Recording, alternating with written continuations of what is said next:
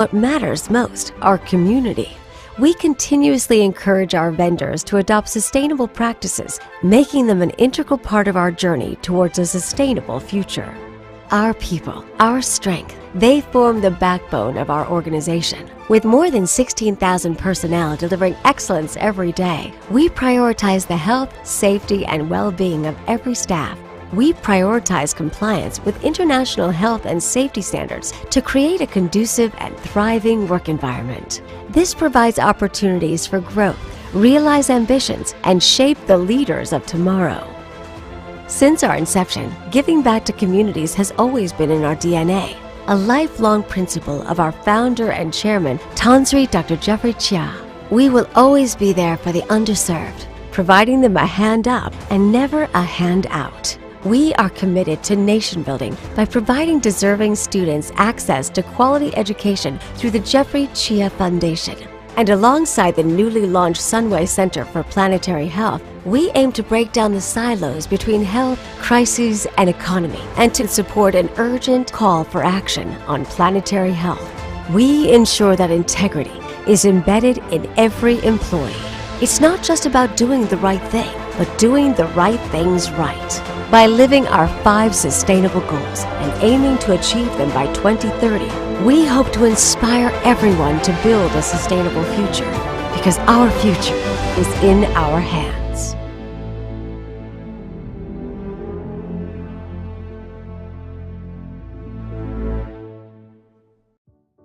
Welcome to SDSN. SDSN stands for Sustainable Development Solutions Network. The SDSN was set up in 2012 under the auspices of the UN Secretary-General to mobilize global scientific expertise to promote practical solutions for sustainable development, including the implementation of the Sustainable Development Goals. Our mission is to promote integrated approaches to implement the SDGs and the Paris Agreement on climate change through education, research policy analysis, and global cooperation. The SDG Academy is SDSN's online education platform that creates and curates free educational resources on sustainable development. The courses cover the headline issues and a multitude of interdisciplinary topics related to the 17 SDGs.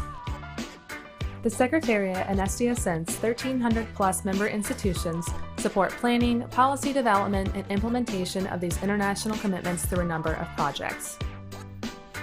Our Sustainable Development Reports house our SDG index and dashboards, data analysis tools that use publicly available data to track progress on the SDGs at the national, regional, and local levels. The annual World Happiness Report surveys the state of global happiness and ranks countries by their happiness levels. The Food, Agriculture, Biodiversity, Land Use, and Energy Pathways Consortium, or FABLE for short, is composed of 22 regional and country teams developing coordinated national long-term pathways towards sustainable land use and food systems. SDSN also houses several thematic networks, groups of experts mobilized around a specific topic within sustainable development, such as data, climate and energy, sustainable cities, and sustainable agriculture and food systems. SDSN has over 1,300 members across 38 national and regional networks. In their respective countries and regions, SDSN's networks of universities, research centers, and other knowledge institutions translate the latest expertise in sustainable development into action. Our youth network boasts 20 regional networks in more than 85 countries, developing, promoting, and launching solution-based initiatives around Agenda 2030. Membership at SDSN is free and open to non-for-profit knowledge-generating institutions. Visit our website to apply to our global network today. SDSN is grateful to our sponsors and donors, without whom none of this work would be possible. Keep up with SDSN by following us on LinkedIn and Twitter, liking us on Facebook, or subscribe to our newsletter.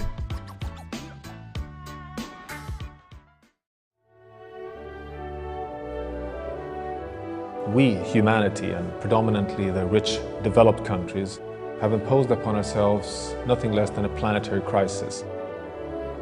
We face an unprecedented global challenge. The 193 heads of state and government of the United Nations have adopted 17 Sustainable Development Goals in the name of prosperity, people, and planet. The world was given to us as a common home It is a call to treat it with respect. If there's one universal aspiration in the world, it's that every parent wants the best for their child. I don't think advocacy can take the field any further. It needs knowledge. It needs science.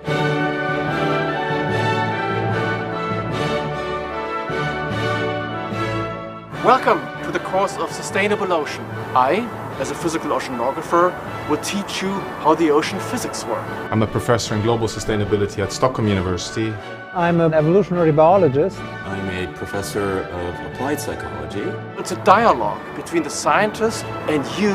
Human health is indivisible from the well-being of the planet as a whole. People who suffer most from our unsustainable way of living are those who have had no say. It's not like women's rights are a human rights problem only. We've begun transgressing planetary boundaries. It's always perceived as a zero-sum power game. We need to understand how natural resources affect political systems. How does it relate? Why is it important? Sustainable development is impossible without human rights for all. These pieces are interconnected. Add your voice to the global discussion. You can become part of the solution.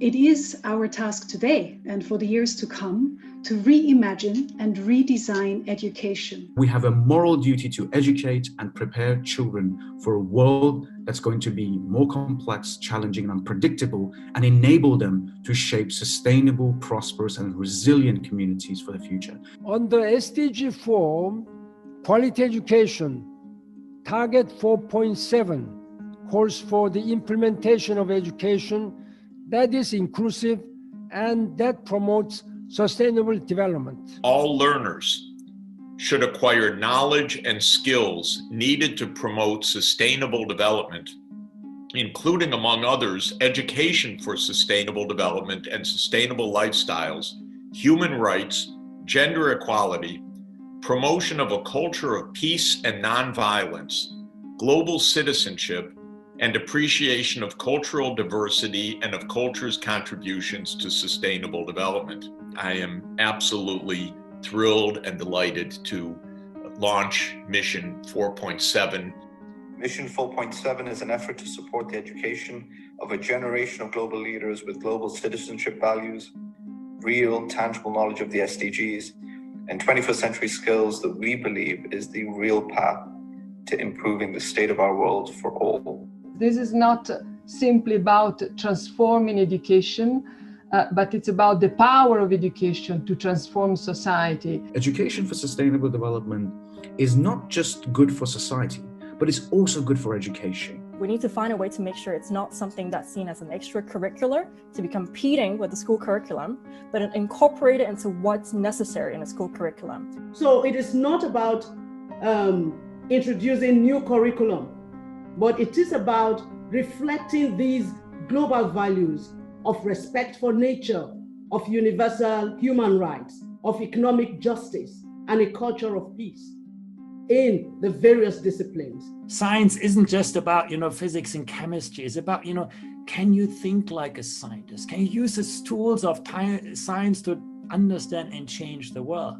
History is not just about, remembering names and dates. It's about, can you think like an historian? Now, do you understand how the narrative of a society has emerged, how it developed, how it advanced, and sometimes how it unravels when the context changes? What does it mean for today's world? We don't produce a world without poverty because people can regurgitate and say SDG number 1 is a world without poverty.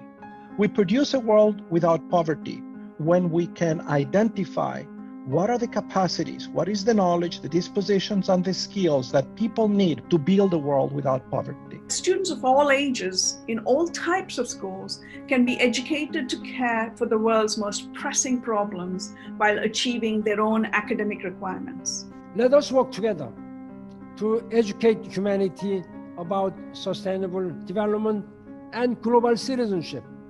With the necessary knowledge, skills, and empathy for others, we can create a brighter future for us all, leaving no one behind.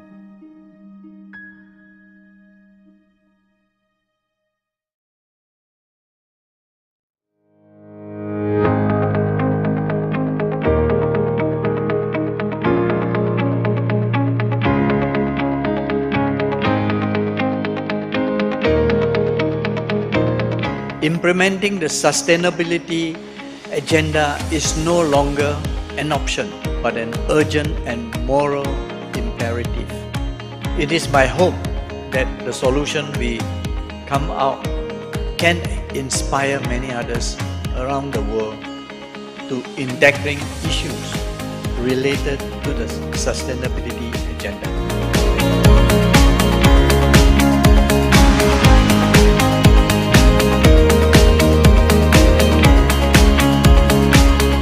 Sunway Group, as well as our Jeffrey Chia Foundation, committed ourselves to the concept of sustainable development right from their founding. Both entities have fully embraced the 17 SDGs, which chart a holistic path to build a sustainable future for an ailing planet and its people. We will, simply put, achieve sustainable development worldwide if today's young generation understands and is empowered through knowledge the tasks and the abilities to pursue this agenda.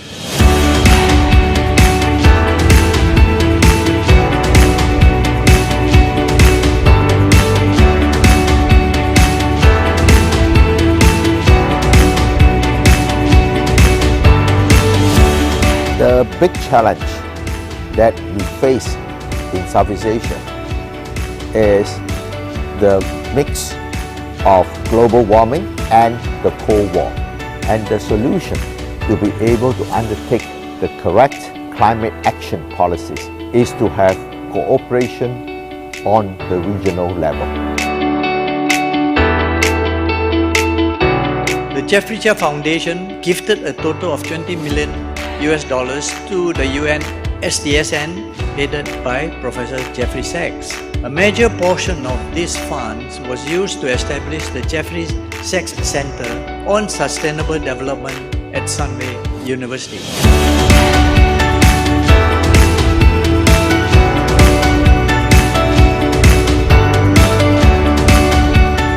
Core inspiration of Sunway University and all of the Sunway education initiatives, but is at the essence of the Sustainable Development Solutions Network itself.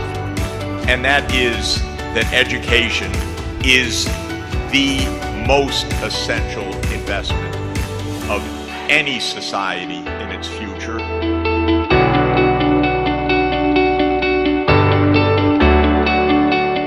That is our contribution to set up the Asia headquarters for Asia, and we want to do as much as possible in this region to bring sustainable development solution network in this area.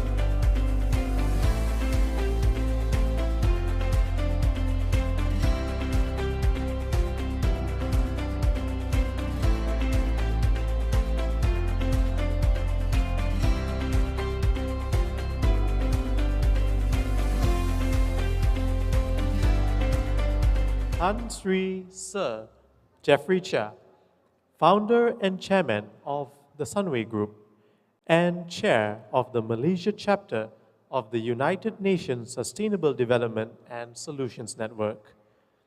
Yang Mahormat Stephen Sim, Deputy Minister of Finance II, Member of Parliament for Bukit Mertajam. Distinguished guests, friends from the diplomatic corps, government officials, members of the UN agency, academia, civil society, private sector, ladies and gentlemen. A very good afternoon. My name is Alphaeus from the SDSN Malaysia Youth.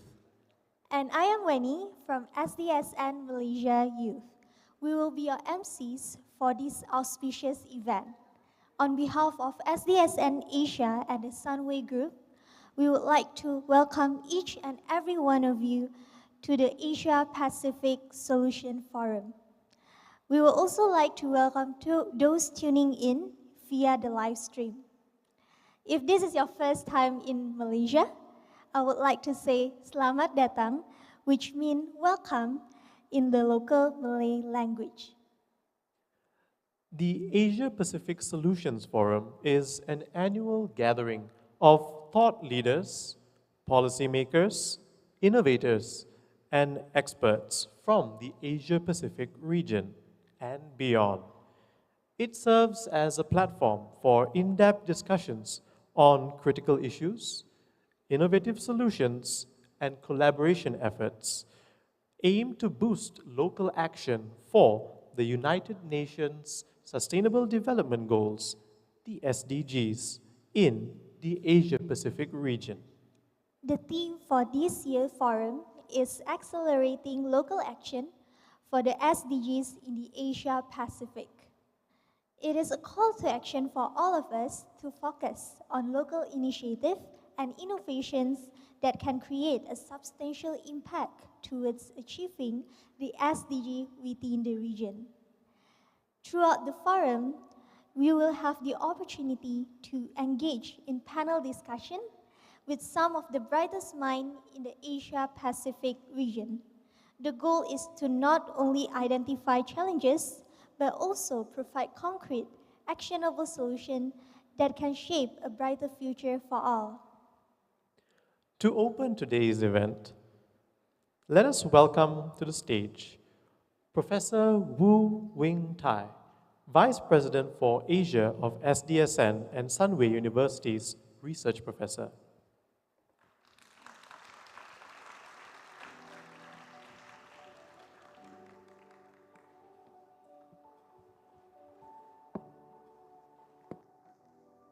Better adjust it.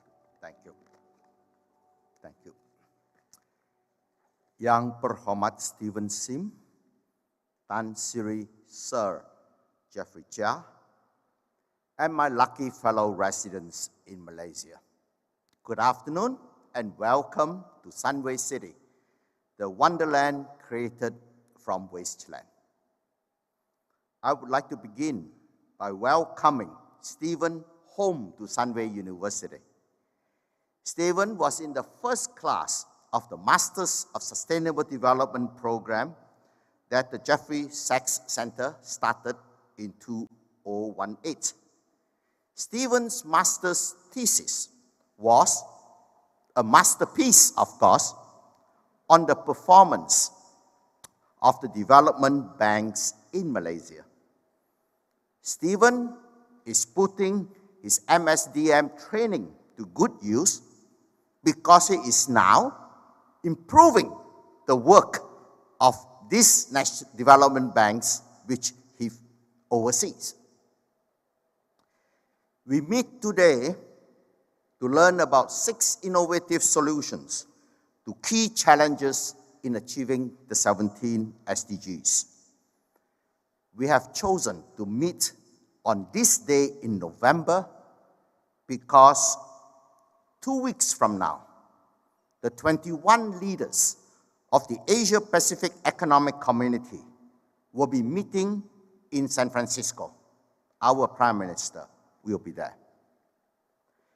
In the last 8 days, I've participated in public discourse in Taipei, Seoul, Shanghai, and Kuala Lumpur to propose that Taiwan, Korea, China, and Malaysia work together to push at the APEC conference for the formation of the Asia-Pacific SDG partnership. The goal of the partnership is to stop global warming and to stop Cold War 2.0. The Asia-Pacific SDG partnership will do so by creating new programs for the region to work together to help ASEAN to escape from the middle income trap, to help ASEAN to achieve net zero emissions, and to protect the biodiversity in ASEAN rainforest and in the waters of the Nusantara. Today's Asia-Pacific Solutions Forum is the maiden activity of SDSN Asia headquarters at Sunway University to mobilize the knowledge communities and creative scientific talents in the region to develop suggestions that will be helpful to the work of the future Asia-Pacific SDG partnership. I must thank Professor Dato Elizabeth Lee of Sunway University, Professor Jenny Su of National Cheng Kung University in Tainan, and David Caraway of UNOS Thailand Foundation for shoehorning this event into their overloaded schedule. Let me now yield the floor to the visionary Tan Sri Sir Jeffrey Chia for making it possible for the rest of us to dare to dream that the 17 SDGs are a realistic option. Thank you.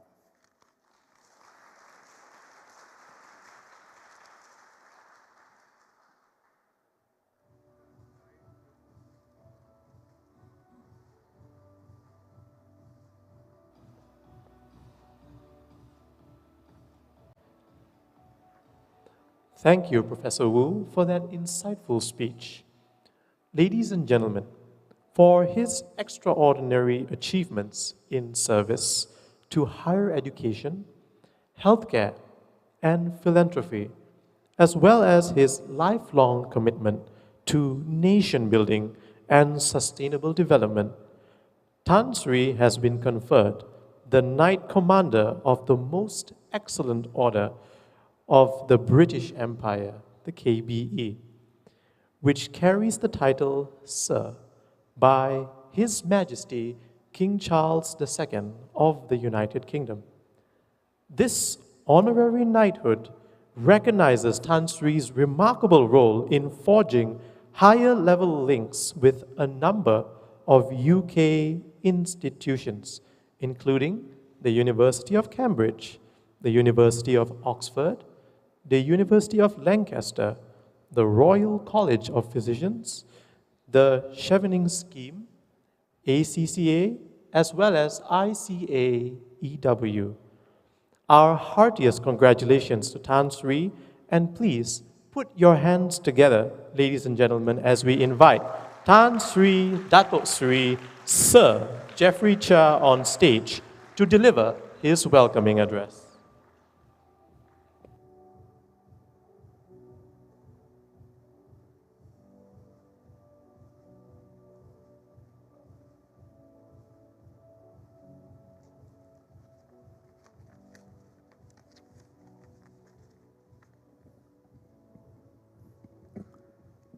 Yang Berhormat Tuan Stephen Sim, Deputy Minister of Finance II, our esteemed panel of judges, honored guests, ladies and gentlemen.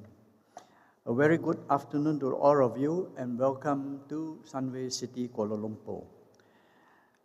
Let me start by congratulating the 6 finalists whose solutions were selected to be presented at this inaugural Asia-Pacific Solutions Forum. I understand that it was a difficult task for the shortlisting committee to select 6 solutions from across the region. This solution, I was told, come from Indonesia, the Philippines, Thailand, and Malaysia, all of which are part of ASEAN, although entries also came in from Japan, South Korea, India, and Kazakhstan. The Asia-Pacific Solutions Forum is a regional version of the Global Solutions Forum, launched 4 years ago by the UN Sustainable Development Solution Network, or UN SDSN. The Global Forum was established to step up efforts to implement the 17 Sustainable Development Goals, or SDGs, adopted by the United Nations in 2015. As some of you may know, the National Solutions Forum, or NSF, was launched in this very ballroom last year. I had shared my hope that the NSF will prompt other UN SDSN chapters in the continent to have their solutions forums, which can then culminate into a much grander regional solutions forum. And here we are today at the very first Asia-Pacific Solutions Forum, hosted right here in Sunway City, Kuala Lumpur. This forum features innovative and impactful solutions from the region to many of the challenging issues facing the Sustainable Development Agenda. Our focus with this event is to foster meaningful collaborations across international borders, transcending politics and narrow interests in the interest of humanity. Ladies and gentlemen, this is particularly relevant in this time of extreme uncertainty, war and violence, growing socio-economic inequality, and deepening polarization threaten lives and livelihoods. Above all looms climate change, which poses a threat to the very survival of humanity. And as the UN Secretary General Antonio Guterres said, and I quote, "The era of global warming has ended. The era of global boiling has arrived," unquote. While there are practical realities that need to be addressed in overcoming these challenges, I'm deeply disturbed at the levels of stupidity, arrogance, and greed that make the problems even worse. It is very unfortunate that I remember after the war, Second World War, President Roosevelt said he was very concerned because when US entered the war, all their factories were turned into war machines factory, manufacturing arms, tanks, jet fighters, everything that related to war. And he has said he is very concerned that he may have created a monster that we cannot control. And this is what I think is happening. US is controlled by the military industrial complex. And no matter who is president, they cannot stop helping to create wars to sell their war machines. And that is the situation we are in now. Hopefully, with this kind of very difficult situation, the world needs very strong leadership. Unfortunately, we are not having one. We look forward to the most powerful nation now is United States. they are not leading us. Only hope that we have somebody like Roosevelt or Abraham Lincoln to lead. This is what we need. And hopefully one day there will emerge a great leader that will solve all these world problems for us. Ladies and gentlemen, at Sunway, we are firmly committed to the sustainability agenda and have fully embraced the 17 SDGs. We have integrated the SDGs in all our business practices and decision-making processes. And Sunway will never go into businesses that will harm society. The SDGs provide a comprehensive and holistic roadmap towards building a more sustainable world. I have always believed that if we can achieve at least 70% of the SDGs, our happiness index ranking will be very high, and all of us will be happy people, not like now. In pursuing our commitment to the sustainability agenda, the Jeffrey Chia Foundation has also gifted $20 million to the UN SDSN. A substantial portion of these funds are used to establish the Jeffrey Sachs Centers on Sustainable Development and the Asia headquarters of the UN SDSN, both at Sunway University. Pardon me. The Jeffrey Sachs Center is chaired by, of course, Professor Jeffrey Sachs, who is the SDG advocate for UN Secretary General Antonio Guterres. He is also a Jeffrey Chia Distinguished Professor at Sunway University. He is one man that I respect a lot, and he has dedicated his adult life, almost his full adult life, to help solve our problem for humanity, to make this a better world. Thank you, Professor Jeffrey Sachs, if he's listening. The Asia headquarters is one of our only 3 such global centers in the world working on continent-wide sustainability solutions. The other 2 are New York City, which oversees the Americas, and Paris, which oversees Europe and Africa. Sunway University also houses the SDG Academy, the educational arm of the UN SDSN. The SDG Academy is the global leader of online SDG learning, reaching more than 1 million learners in 193 countries with more than 40 free online courses. The Academy is also playing a fundamental role in Mission 4.7, a global initiative to include a sustainability agenda from kindergarten to high school levels. In 2021, we established the Sunway Center for Planetary Health at Sunway University, which is led by Professor Tan Sri Dr. Jamila Mahmud. This center works closely with our other entities in advancing the sustainability agenda. Ladies and gentlemen, I hope that what we are doing at Sunway and the Jeffrey Chia Foundation will inspire others to adapt and further advance the sustainability agenda.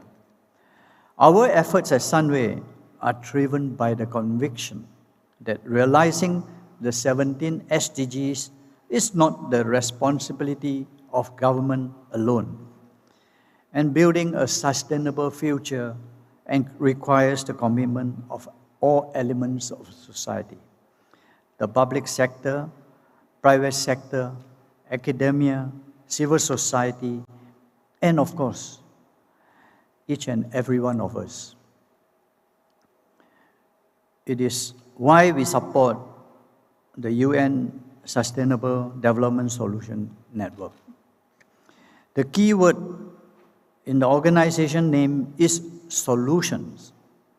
The UN SDSN mobilizes expertise from several sectors and disciplines to advance the sustainability agenda. I'm convinced that this model of collaboration will help us build a more progressive, inclusive, and sustainable future for the region and the world. We are all in this together, ladies and gentlemen. Thank you and have a good afternoon.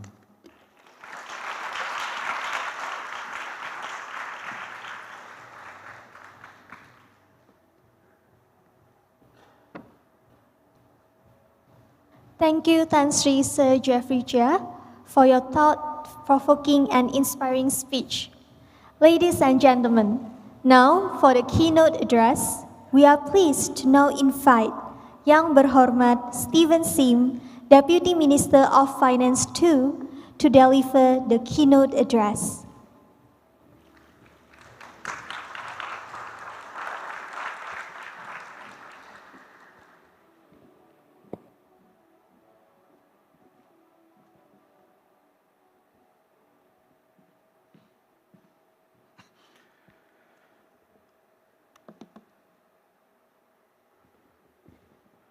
Tan Sri, Dato Sri Jeffrey Chia, Founder and Chairman of Sunway Group, Chair of the UN Sustainable Development Solution Network Malaysia Chapter, and member of the UN SDSN Global Leadership Council. I also want to record my congratulations on your knighthood, Sir Jeffrey Chia. He deserves a round of applause from us. Pride of Malaysia. Professor Dato Dr. Wu Weng Tai, who was my thesis supervisor.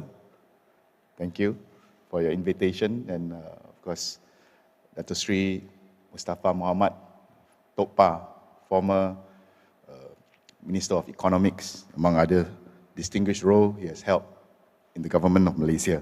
Ladies and gentlemen, my dear friends, I want to begin with the glooms. Tan Sri talked about the gloomy weather enveloping the world today. But one philosopher whom I read a long time ago, I forgot the name, he said, when we want to discuss worldviews, one of the relevant questions to ask is, what time is it? What time is it? Some of you are looking at your handphone and your watch. This is basically to locate our position within this time frame of history. But think about it. What time is it? Health-wise, we've just recovered from 2 years of a very devastating global pandemic. Not only our lifestyles have changed, but the economy is still paying the bill, the huge bill of managing COVID-19.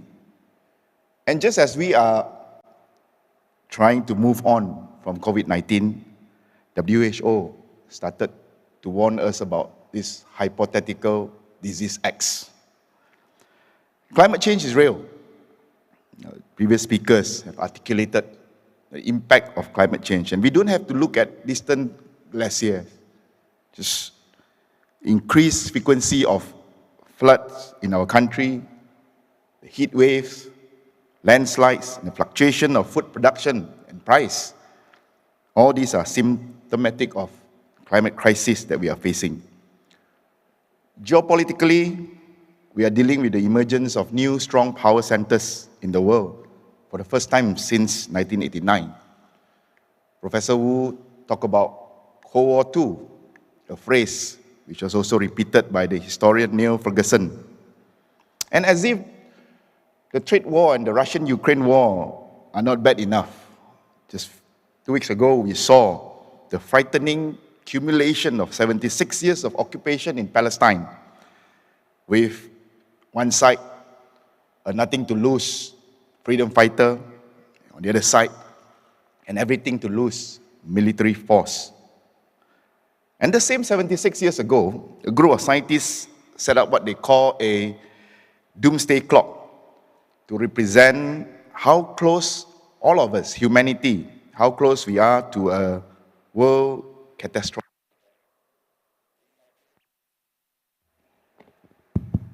In 1947, when the clock was set, we were 7 minutes to Armageddon midnight. What time is it today, my dear friends? In 2023, we are now at 90 seconds to midnight. And as a consequence of the crisis, all this crisis, we are facing a situation of low growth, high price, and heightened vulnerabilities, either to geopolitical accidents, or ecological events, or even another heavy round of financial crisis. Unfortunately, this is not a mean reversion situation. In other words, if nothing is being done, we cannot expect things to return to normal again. It's very much like weight loss.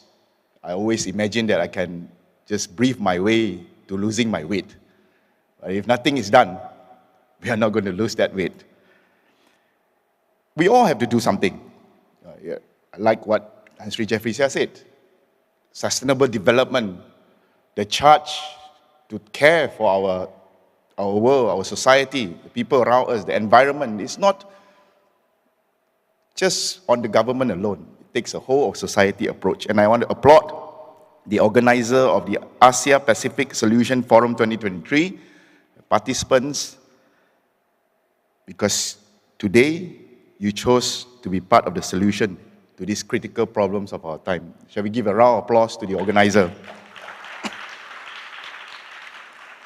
My dear friends, when I attended the ASEAN Finance Ministers meeting twice this year, first in Bali and then in Jakarta, one of the preoccupations of my ASEAN colleagues and I was that the ASEAN region is really a strategic location for sustainable development. Why do I say that?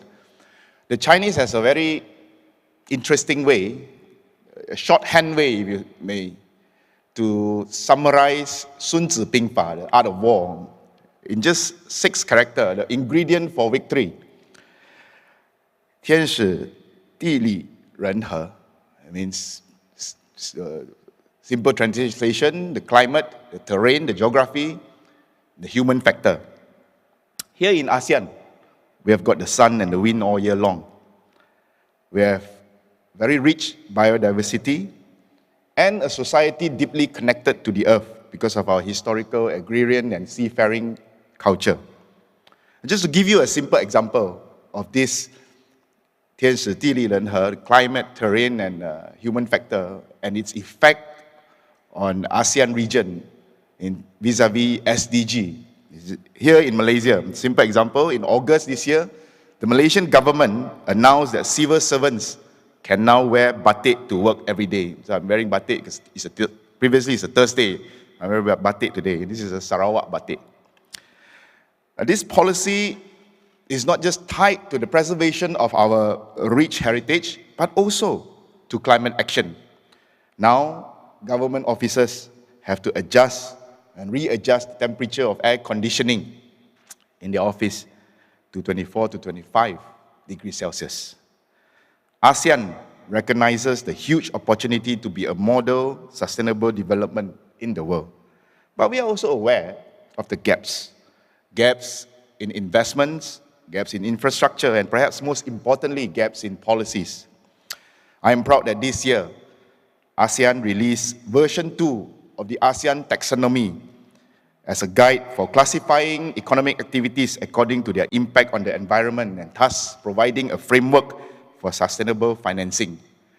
This latest version 2 was not only designed to align with national taxonomies of the ASEAN member states, but also to enable interoperability with the EU taxonomy. And I'm proud to inform you that Bank Negara Malaysia, our central bank, is one of the earliest central banks in this region to issue our own taxonomy way back in 2021 with the publication of Bank Negara's Climate Change and Principle-Based Taxonomy. The ASEAN meeting, also endorsed the repositioning of the ASEAN Infrastructure Fund, of which Malaysia is a key contributor, or the largest contributor, as an ASEAN Green Fund. We hope that with this, we are not only able to fund sustainable development agendas in our region, but also with the fund acting as a fund magnet, we will be able to attract more green money into this region. These important regional developments indeed are a response to the stress our world is facing today and the commitment of the global community to be part of the solution and not part of the problem. Perhaps the next relevant question to ask is, where is the Malaysian government in all this? We are in a budget season. I'm going to jump straight into Belanjawan 2024 because the budget is literally the government putting money where our mouth is.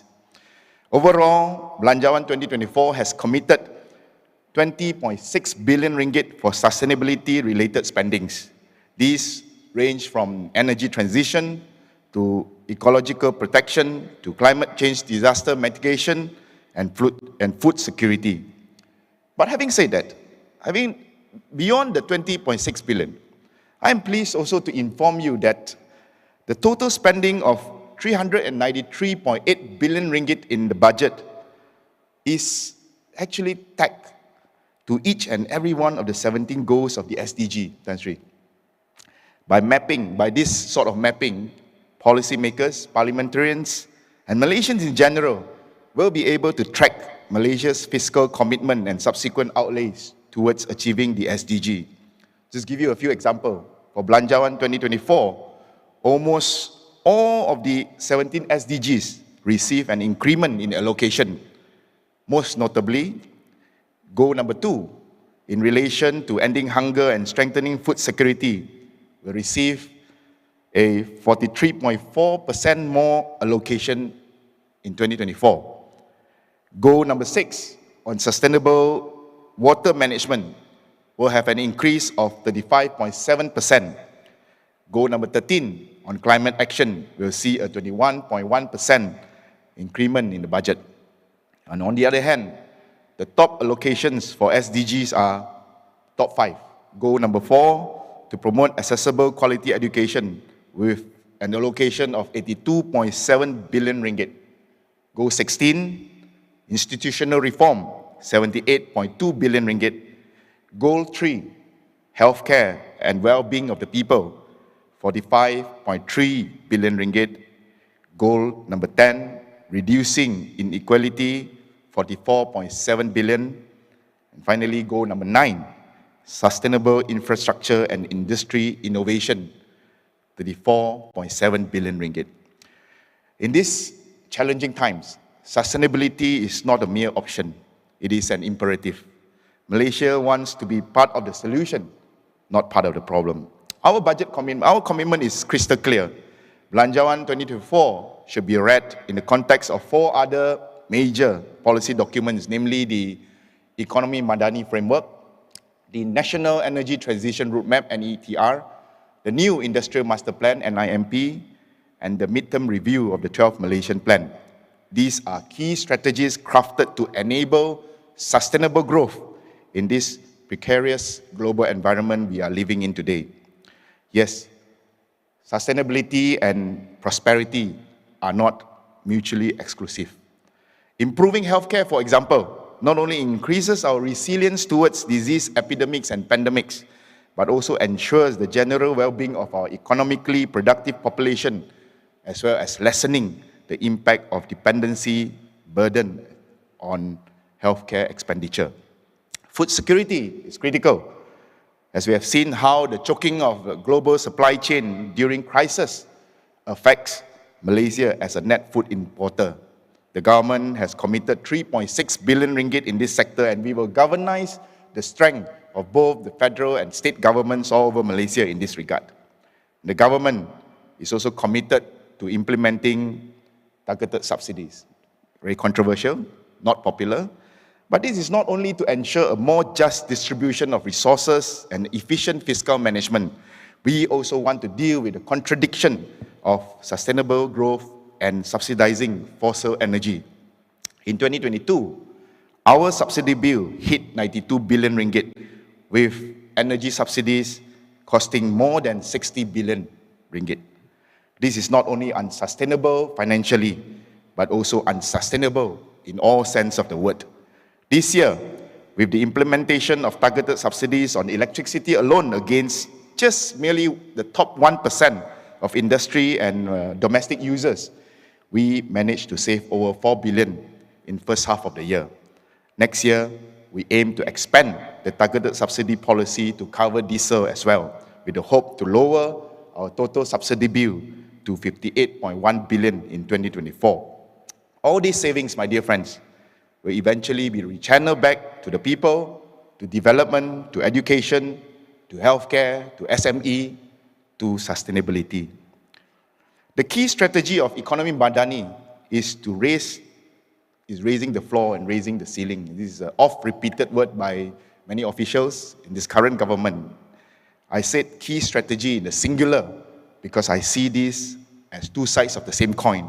We want Malaysian businesses to move up the value chain, to be competitive not only here in this country, but also regionally and internationally, to take part in the 21st century economy, in high-tech industry, in digital economy, in the green economy. And for this, Belanjawan 2024 allocated 44 billion ringgit to empower our SMEs, and guided by the NETR and NIMP, which I mentioned, with an outlay of 2.2 billion ringgit this year, there will be business opportunities of up to 2 trillion ringgit from now till 2050 in strategic green and high-tech sectors mapped out in both documents. And by raising the floor vis-a-vis restructuring of our economy, we want to see the lives of people improve. One of the 7 targets of Economy Madani is to achieve 45% of labour share of income in the GDP. We know we cannot achieve this by fiat alone, by forcing employers to pay more. We need to help workers to increase their skills and productivity. We need to help companies to move up the value chain. This is, my dear friends, raising ceiling, raising floor. I can go on and on about budget Belanjawan 2024 and SDG, but I will stop here by saying, while the budget is the government putting money where our mouth is, the test of the pudding is in the eating. This budget must not only be implemented, but must be implemented effectively. And this is where institutional reform, SDG number 16, comes into play. Belanjawan 2024 is different because now for the first time, the Parliament has passed the Fiscal Responsibility Act, FRA. In short, this new and historic legislation ties the government of the day, to be accountable to Parliament in fiscal management. No longer can any finance minister set targets behind the closed doors of the Treasury, and if targets are missed, he or she can just shift the goalposts easily. Economic and financial targets now are brought to Parliament to be debated and passed by parliamentarians. And if the targets are not met, the minister will have to go back to Parliament to explain, and if needed, justify the need for readjustment. And through this new law, mid-year budget performance reports, economic risk reports, tax expenditure reports, all these are new measures, will be tabled annually to our Parliament. My dear friends, I think we go back to our first question. What time is it? In Prof. Wu's mind, Stephen, time to stop. I think it is now time for all of us to act. Thank you very much.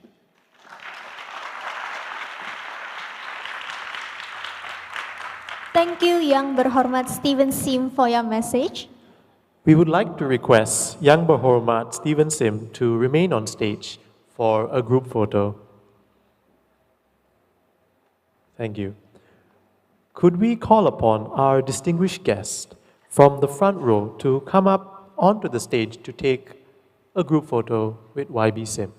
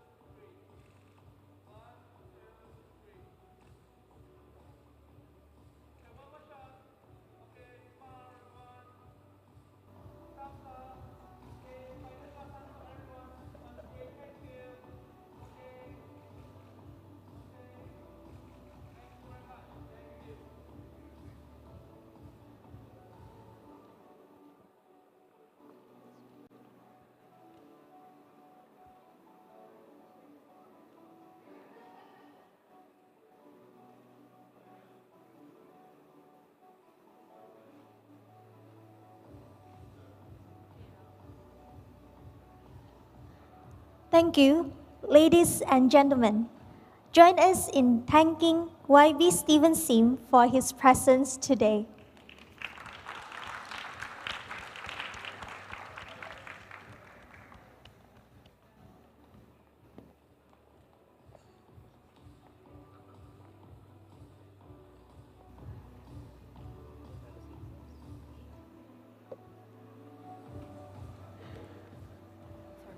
We are now about to witness the core part of the Asia Pacific Solutions Forum, where we'll explore some remarkable solutions that are making a sustainable impact on our region. These solutions have been evaluated for their ability to scale, their impact, and their innovativeness. It goes without saying, these solutions are innovative, practical, and designed to drive progress towards the United Nations Sustainable Development Goals. Yes, it is time to dive into the heart of the event. We have 3 exciting solution presentations coming up, each lasting for 10 minutes, followed by 2 to 3 minutes of Q&A from the feedback panel.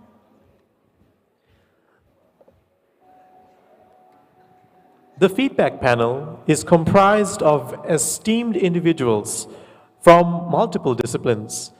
We are privileged to have with us today Professor Wu Wing Tai, who we heard from earlier, Professor Elizabeth Lee, CEO of the Sunway Education Group, Professor Jenny Su, President Emeritus of National Cheng Kung University, Taiwan, and Mr. Brian Caraway, Project Director and Circular Economy Lead of Yunus Thailand Foundation. Ladies and gentlemen, our first innovative solution is community-led central kitchen model for feeding school children by SDSN Philippines. Relaying this initiative to us would be none other than the esteemed Dr. Camila Oracion, the Director of Ateneo Center for Educational Development for 16 years now. Her solution presents a scaling option for nutritious meal for school children through a community-led central kitchen. This is not only to support students in their education, but also promotes local development. Please welcome Dr. Camila.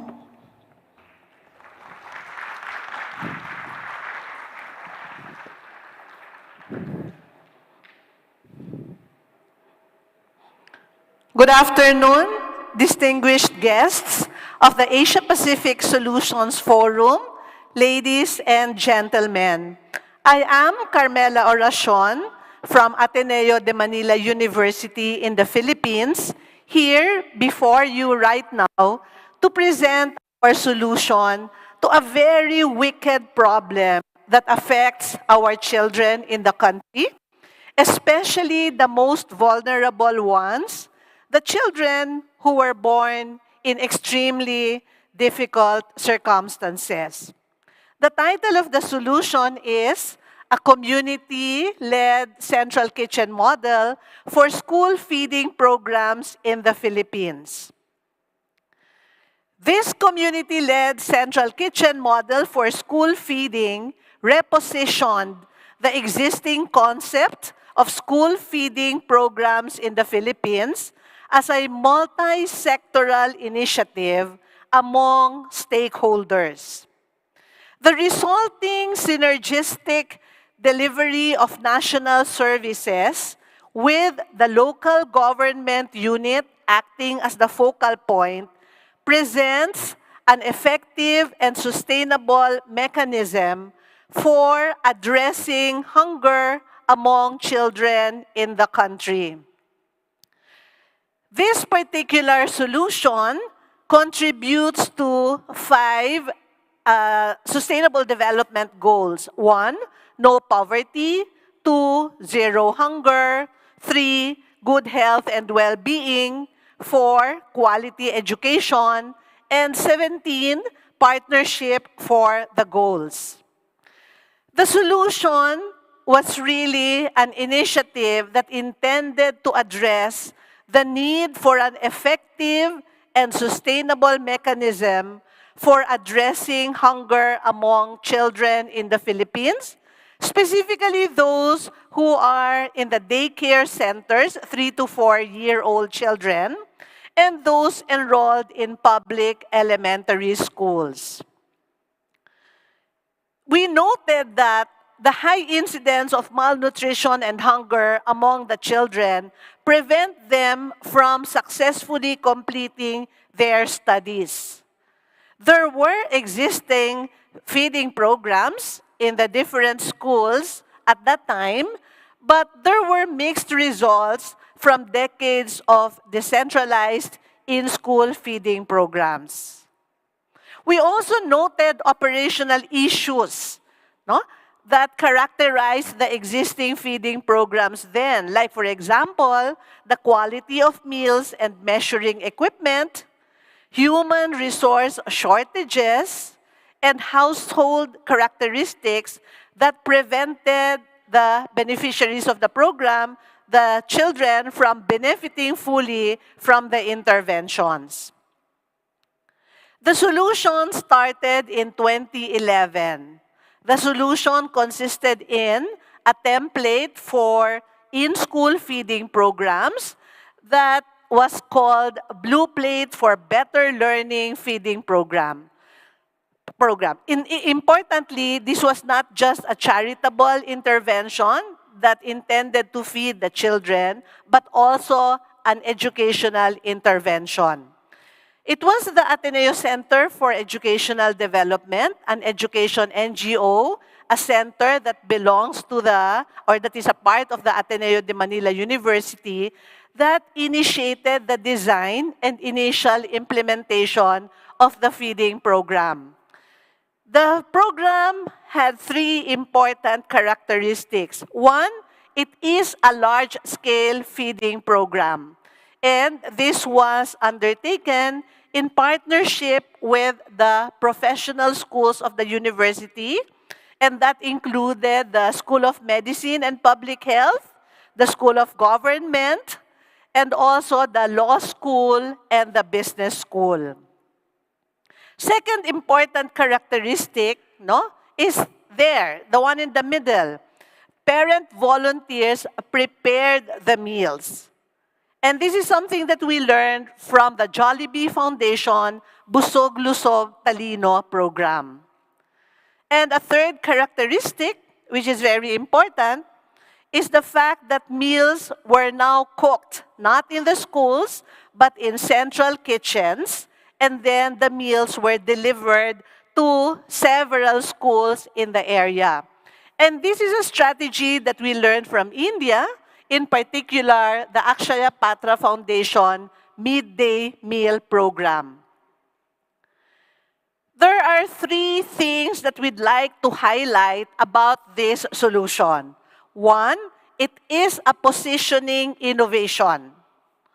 It took the existing concept of school-based feeding programs and repositioned this as a multi-sectoral project where key groups on the national and the local levels synergistically delivered national services with a local government unit as focal point. Second important highlight of this particular solution is the fact that it is a process innovation. The central kitchens were able to enable the standardized, cost-effective preparation of food as well as packaging, and this minimized wastage and maximized the available resources, and also, very importantly, alleviated the burden of traditional school-based feeding programs on the teachers. Before then, teachers had to prepare the meals and attend to the logistics of the program, and they were eating up on their time as teachers to prepare for their classes or even to teach the scheduled classes. Then, third highlight of this particular solution is community empowerment. This particular solution focused on community empowerment through community ownership. The local volunteers were not just add-ons or accessories to the program, but they were integral to the program. And the local volunteers' role in the program did not just consist in participation in the different activities or involvement in the different tasks, but it included accountability. Accountability for the success and the sustainability of the program. These were the objectives of the program. One, we wanted this program to be an effective and sustainable, large-scale, comprehensive feeding program. The population involved is huge. And so we cannot just limit ourselves to small-scale feeding programs. Second, we wanted the beneficiaries to have access to quality foods, to change their dietary habits, and improve in the process the health and educational outcomes. We wanted to reduce malnutrition, stunting, and wasting among the children. We wanted to lay a foundation for lifelong healthy eating. We wanted the children to go for nutritious food early in their lives. We didn't want to grow individuals who would opt for healthy eating and nutritious food only when they already run the risk of diabetes and hypertension. We wanted the program to empower the school community and other stakeholders to take the lead role. As I mentioned a while ago, their participation is not just in terms of involving themselves in the activities, but really taking a lead role. And finally, to encourage a whole-of-society approach to improve the health and well-being of students and their families. This solution was evaluated in 2017, and the results noted that it combined the logistics of a centralized in-school program with decentralized implementation through a community-supported central kitchen. This was characterized by financial sustainability, institutionalized at the national level through laws, operational sustainability maintained by local government units, strong community support, volunteer mobilization, and embedding the program in the cities and municipalities' social networks. Finally, it was characterized by volunteer accountability and program ownership by the community that organized local interests and enabled community members to demand related health, education, and social services from the elected officials. When the pandemic started and the new school year was about to begin, former president of the university stated something like this, that we really have to attend to the problem of malnutrition. A year or two of delayed education can be repaired, but the damaged brain of a child because of malnutrition can no longer be repaired. So we know deep down that unless we address the problem of hunger and malnutrition, then our country will be in great risk. And so I'd like to end this presentation by highlighting that hunger and malnutrition among children are wicked problems that keep them away from a good future. Education is still an equalizer. And we want our children to focus on their lessons and schoolwork rather than do odd jobs, for example, to help put food on the family table. Therefore, addressing hunger and malnutrition sustainably in a manner that does not compromise the future is non-negotiable. We want the children to succeed in their studies so that they may be able to get themselves and their families out of poverty. Thank you very much for listening, and I hope you learned something from the solution that we have presented to you.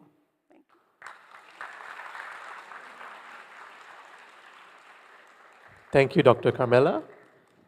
We will now have questions from the feedback panel.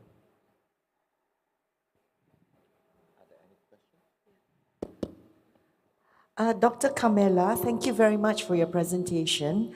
I would just like to ask, are there educational components to your program, such as nutrition awareness or even cooking classes for the students and families? Yes, that's very much a part of the program. First, through the parent volunteers, we teach the parents how to cook nutritious meals, the value of nutritious food, and healthy eating so that they may be able to bring this back home, no? And really introduce to their families healthy eating habits. We also incorporate in the lessons of the children important lessons on healthy eating through their children, through their teachers. We work very closely with the schools. And so these are also incorporated in their lessons. Finally, we also try to come up with books for children that focused on healthy eating, and we are providing this to the beneficiaries of the program. Thank you. Professor Carmela, great story and work and success that you have done there. Just very quick questions. How would you gauge the most vulnerable component or aspect of your operations at the time? How resilient is the entire operation at the time of, for instance, natural disaster or the other event when that occurs?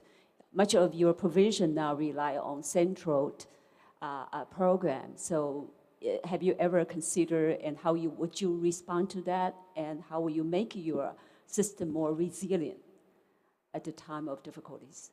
Okay.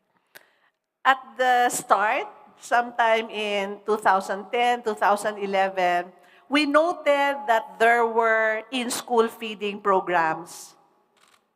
But these weren't being maximized, and it was also causing a lot of difficulties for the school. So that was the first thing that we noted. So we tried to come up with a system that addressed the difficulties. For example, it wasn't so cost-effective because the ingredients had to be prepared per school. So we had to shift to a large-scale program that allowed us not to make purchases in bulk. So that was the first thing that we were able to address then. Then second, I mentioned to you about the difficulty with teachers having to be engaged in the logistics of the program. So we tried to address that as well. And then third, we wanted to make sure that the children were measured before the start of the program and at the end of the program. Sometimes when operations would allow, we also measured them in the middle of the program. So those were the three difficulties that were pressing at the time that we tried to address through the solution. Okay, I can go and ask, excuse me. Well, first, Dr. Kamala, I just want to commend you for all your success and the great impact that your work is. It's truly inspiring. Excuse me. My question is more pertaining to the multi-stakeholder collaborative approach of this program. So it doesn't seem to be reliant on any single entity, leveraging the national government, local government units on the ground, NGOs. So given this multi-sectoral nature of the initiative, how have you gone about ensuring consistency and alignment with the program, and also maintaining effective communication among government agencies and all the entities involved, and maybe some of the challenges you've encountered with that to keep all systems ago and aligned? That's an important challenge that we noted as we were starting with the program. We depended largely on the volunteer base, but we needed to maintain the standards. No? And that is a purpose that the center served. So we were there to oversee the program, to make sure that in all the places where this was being implemented, standards were maintained. After a year or two, we manualized standards. And it was very important because we were able to document what needed to be put in writing and conduct training for succeeding batches, no? In the implementation of the program. So that's basically what we did. We had to document and we manualized this to a point where we now have a manual of operations that could be shared with anyone, but at the same time, importantly, maintain standards across central kitchens. That would be all the time that we have for the Q&A session. We would like to thank the panel for those insightful questions that have truly added depth to the presentation, as well as for Dr. Carmela for her wonderful sharing. Thank you.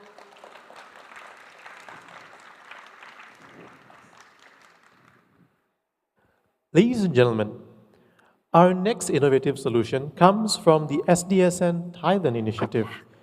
Their initiative being Net Zero Emissions Roadmap and Tools for Driving Sustainable Postal and Logistics Service Providers. The solutions showcase the role university can play in driving the transition to net zero emission within the logistics sector. It is not just a step towards environmental sustainability, it is also about setting up systems which promote green practices. This solution aligns with the global goals for climate action and underscores the commitment to reducing our carbon footprint. It's a step forward in creating a more sustainable and eco-friendly approach to logistics and the postal industry.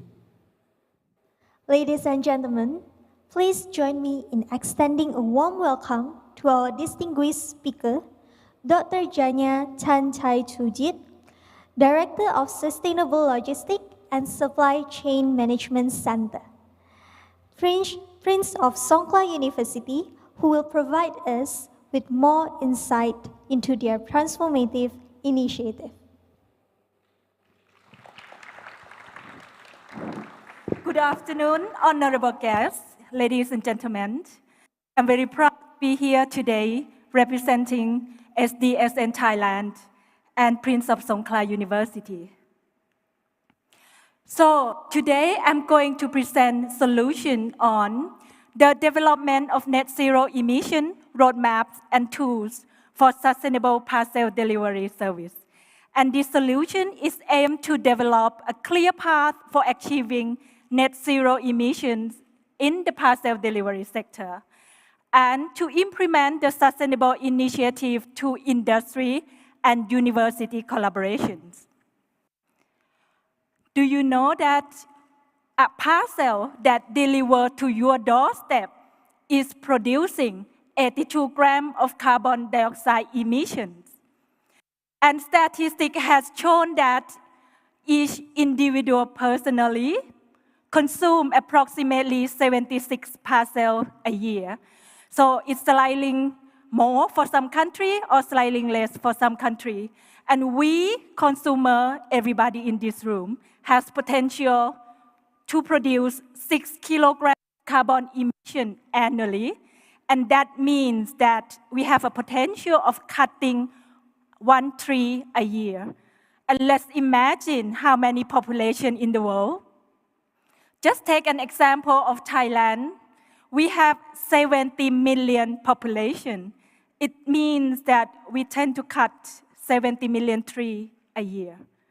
So this is one of urgent and critical that require an urgent action. So this is form, and this is a background of our solution and project. We bring in our expertise from academia and research funding agency and the private sector to work together as a university industry collaboration to tackle all these environmental issues from parcel delivery. That is something that each household has receiving it every day. So from our study, we found that for emission from parcel delivery, 17% come from the company operation. Another 18% is from packaging and production of packaging. And the largest portion, 65%, come from transportation. So in terms of the operation, the company, the logistics service provider, they have their own strategy to reduce the emission. But the question about this solution is how university can contributing and work with the private sector, work with logistics service company to help and reduce the emission, reduce the impact of emissions. So we are addressing the 18% of packaging. Thailand Post has launched the project called Rebox since 2019 during the COVID time, because at that time, hospitals are full of patients and some of essential, especially bed, is not enough. So the parcel box has been recycled to be bed and the essential for patient. And we want to continue this campaign, the Rebox, to university. We want to foster a culture of reuse, recycle for our staff and students. So Prince of Songkhla University, we have initiated the collaboration with Thailand Post and launched the campaign for our students. And all the box, the Rebox, every piece of box that they are donating, it's going to recycle to the cabinets, chair, and table for their co-working space and their classroom. So students know that every piece that the return of the packaging, it's going to be something that they can use and useful. And that is not only in the university, but we also donate to the community as well. Another large portion of the emission is transportation, 65%. And our work, our solution is initiated to transform university to be hub of parcel delivery. And let's imagine, for example, at Prince of Songkhla University, we have approximately 30,000 students in campus. And we did a survey and asked them that, do you have your parcel delivered to your home or to campus? It's about 40% that have the parcel delivery to their home. But imagine they come to university every day for work and study. So even that the parcel delivery to their home, they are not even at home. And let's imagine this way, that all last mile delivery, that is going to every address of our 30,000 students. If we can reduce that and then optimizing at university as a hub, it's going to create a huge impact in terms of reducing the last mile delivery. And what is the impact of this? We have the potential to reduce at least 50% of the carbon emission. But I have to let you know that this project is not implemented yet. So this is the concept and idea that we are going to launch very soon at our university. So from the last couple of months that we start this project and work and then talk, discuss with our stakeholders, consumer, e-commerce platform, logistics service provider. It will guide us for a new business model that called Green Parcel. So this business model, the Green Parcel, is aimed to be the first carbon neutrality mode of parcel delivery. And this is the project collaborated between university and the private sector. It's going to launch very soon. We are going to provide the options for consumer. And currently, we have the express delivery service. We have regular delivery service. And in the future, consumer who has the environmental concern are going to have the Green Parcel options. And this Green Parcel is not only the business model and product itself, aim to have as a platform for the young innovation that intended to work towards the sustainable parcel delivery. And it can extend it and expand it to logistics sector, the whole logistics sector as well. So what is the beauty of this solution? So this solution is not a very difficult solution. It is a solution that can be replicated and magnify the impact. So the Rebox campaign and the hub and spoke solution can start from Prince of Songkhla University, and we are all sharing this to our university network. It can also implement it to other universities and also replicated to other countries that facing the same challenges from parcel delivery as well. So I'm going to conclude my presentation by sharing what I'm learning from this solution and this project, that sustainability can be driven by research and apply to university practice to create impact. So university as a role of academic and sharing knowledge, we can also contributing to the sustainability project by collaborate with all stakeholders, especially private sector. We have to engage and connect our staff and students with university sustainable projects. Because university, we have all youth power. They are the new generation to create a better world. So they are another spokesman as well to go back to their families, and they'll tell their parents, their friends, to doing something for our world. And I will end my presentation with sustainability is not requiring a high technology. It can start from small action with a big impact. Thank you very much. Thank you. Thank you, Dr. Janya. Your insights have provided us with a deeper understanding of the importance of sustainable practices in the logistics industry. And now then, without further ado, we will be opening up to the panelists for 2 questions.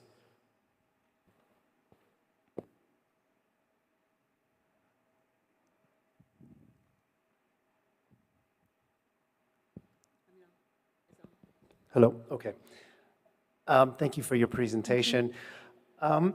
I love the university hub model and that structure. I think that's brilliant, and that's, I guess, kind of a partial answer to my question as well. But given the complexities of the logistics and delivery sector, what kind of mechanisms are you putting in place to ensure active participation and commitment from all stakeholders across the value chain?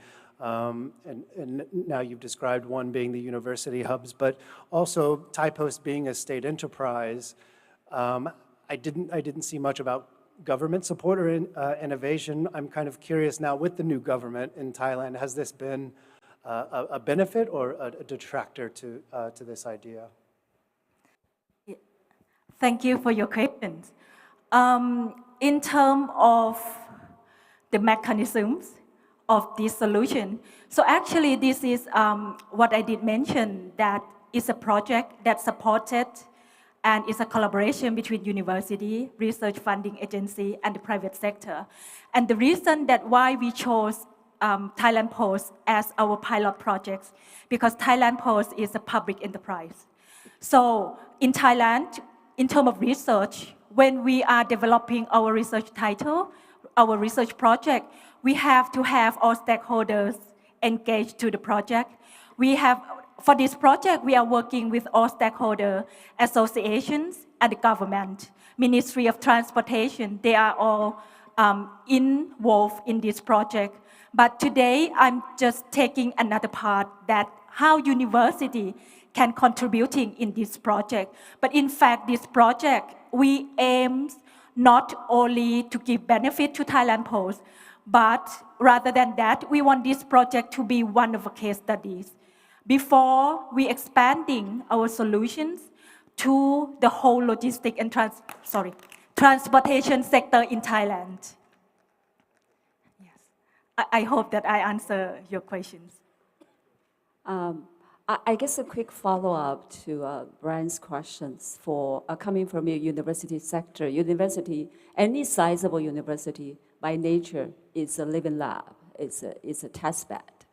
But often when we engage any university, private sector, or industry collaboration program, the first effort or the first task is to identify the critical pain point of that particular industry. So I was wondering, could you share with us from out of your research and knowledge, how did you first characterize and convince the Postal Service? I know it's a public entity, so by nature they will be more cooperative. But from the knowledge side, how would you identify, or how did you get to know their pain point, and therefore, how did you motivate and incentivize the whole scheme of Postal Service for them to be engaged? I think that's the challenges. Since this is a discussion, you start with a pilot program, so I would really love to know that. And the second question, again, will be coming back from the university.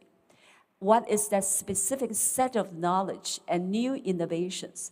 Is it in the material, in the operational scheme, or what did you provide to this particular logistics service so that eventually it can be replicated or modeled out? So question one is what pain points you identify for Postal Service in Thailand, and therefore you can easily motivate them, incentivize the whole hierarchy of those stakeholders. The second question is the knowledge set, the specific innovation that you have come out from the university research so that you provide that as a conceptual framework for your program. Thank you. Okay, thank you for your answer. For the first questions, it's actually, I think it is a very good timing for us to work and motivate Thailand Post for this project. Because if I start this project probably 2 or 3 years earlier, they might come with us with this concept. But because now everybody realizes for climate change, and they realize on their role that they have to work toward the sustainability, and they have to address the climate actions. So probably that is, my answer is a good timing. And also, before it will come up to this project, we had discussed a lot. Previously, it was, it was, something like a project of a bit and piece, like develop the cold chain, optimizing transportation. But then, when we starting to talk, I think this is very important, to stakeholder, talk to the management of Thailand Post, and talk to the government that relating, for example, like Ministry of Transport. And we found that it's a time. And everybody now is realized that transportation sector is one of the largest contributor to the carbon dioxide emission in the world. And I think probably my answer is a good timing. And we approach them at, kind of the right project. And my second question is in terms of the pain point of university and the knowledge set. So basically this project, it creating a lot of sub-projects. For example, the Rebox. So the Rebox, we developed the applications. Thailand Post had the application. in terms of tracking all the box that return to them. So we can use that to understand the customer behavior. And also we have some of our researchers to sit with the staff at the post office and ask them what motivates you to return the box and what incentive that motivate you to choose another green options. Because for this project, one of the challenges is the trade-off between convenience and sustainability. Because consumer was spoiled for a one-day delivery, a quick delivery, 3-hour service. But sometimes parcel deliver to your doorstep. A week later, you just open it. So actually, it's not all the case that you need the fast delivery. And you know, consumer, we also have to trying to educate them, let them know the impact of they just change later for 2 or 3 days, but they can create a huge impact. This we did as a research project, so that is a Rebox. And for the campus hub and spoke, we also have to optimizing and create another project, which is the vehicle routing problems, optimization, and that is another set of knowledge that we can use at university. And we are also aims to also sharing our study, our finding to the academic community as well. Dr. Jania, I heard what you said about, literally passing the problem over to the university. And coming from Sunway University and the Sunway campus, I can attest to the fact that this is a nightmare. I was just telling Prof. Wu, I said, I don't know whether we should transform the rubbish chute into a huge parcel storage room because there's just so many packages. But aside from that, how will you measure and report your project's impact on carbon emissions, because that's how you started. So what about this carbon emissions reduction in the postal and logistics sector in Thailand itself? How will you measure it? Okay, yes. So because this is a research project, so we had a systematic, we have committed the key delivery result to the research agency and also to the private sector, that is Thailand Post. So we have monitor first is our commit deliverable, is the roadmap for Thailand Post. And that roadmap is going to share to other company, logistics sector as well. And secondly, in terms of the impact, so we have calculate baseline emissions along the whole value chain of Thailand Post. And after this, we are going to monitor after our solutions, after our strategy has been implemented. We are planning to creating a dashboard to monitor in every part that we pointed that the potential to reduce the emissions. So that is the way that how we measure the impact and monitor the research and the project impact. Thank you. That would be all the time that we have for the Q&A session for this presentation. Once more, we would like to thank the panel. Thank you very much. Thank you. สวัสดีค่ะ สวัสดีค่ะ ขอบคุณค่ะ And thank you, Dr. Janya, for your presentation as well. Ladies and gentlemen, our next innovative solution comes from SDSN Indonesia, introducing Parkis, Portable Archimedes Screw. Parkis represents a remarkable step towards clean and renewable energy with a focus on decentralization. This portable mini hydropower source aims to accelerate the transition to clean energy sources, empowering local communities to build their energy resilience. This initiative aligns perfectly with Sustainable Development Goal number 7 in providing affordable and clean energy for all.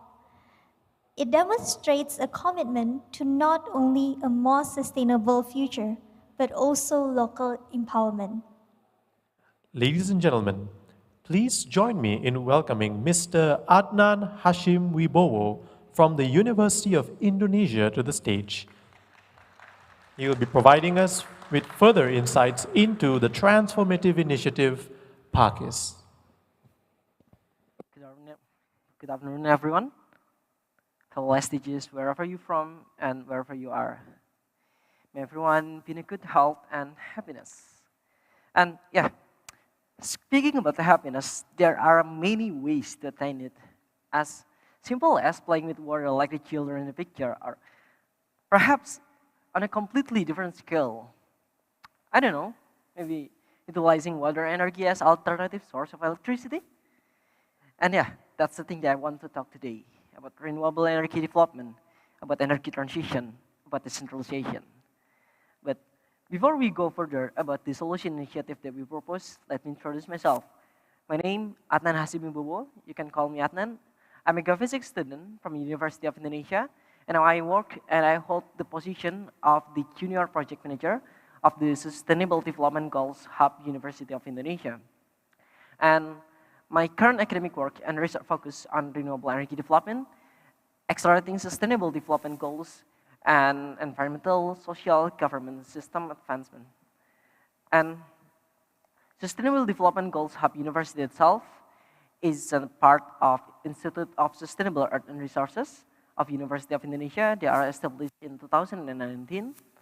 And we serve as a focal point of University Indonesia's SDGs-related event and SDGs-related activity. And we do consultancy about policy analysis, about policy analysis, about capacity building, and youth partnership. And yeah, let's delve deeper into the solution. As we all know that, ladies and gentlemen, the increasing global energy demand, including in Indonesia, forces the energy production to be continually maximized.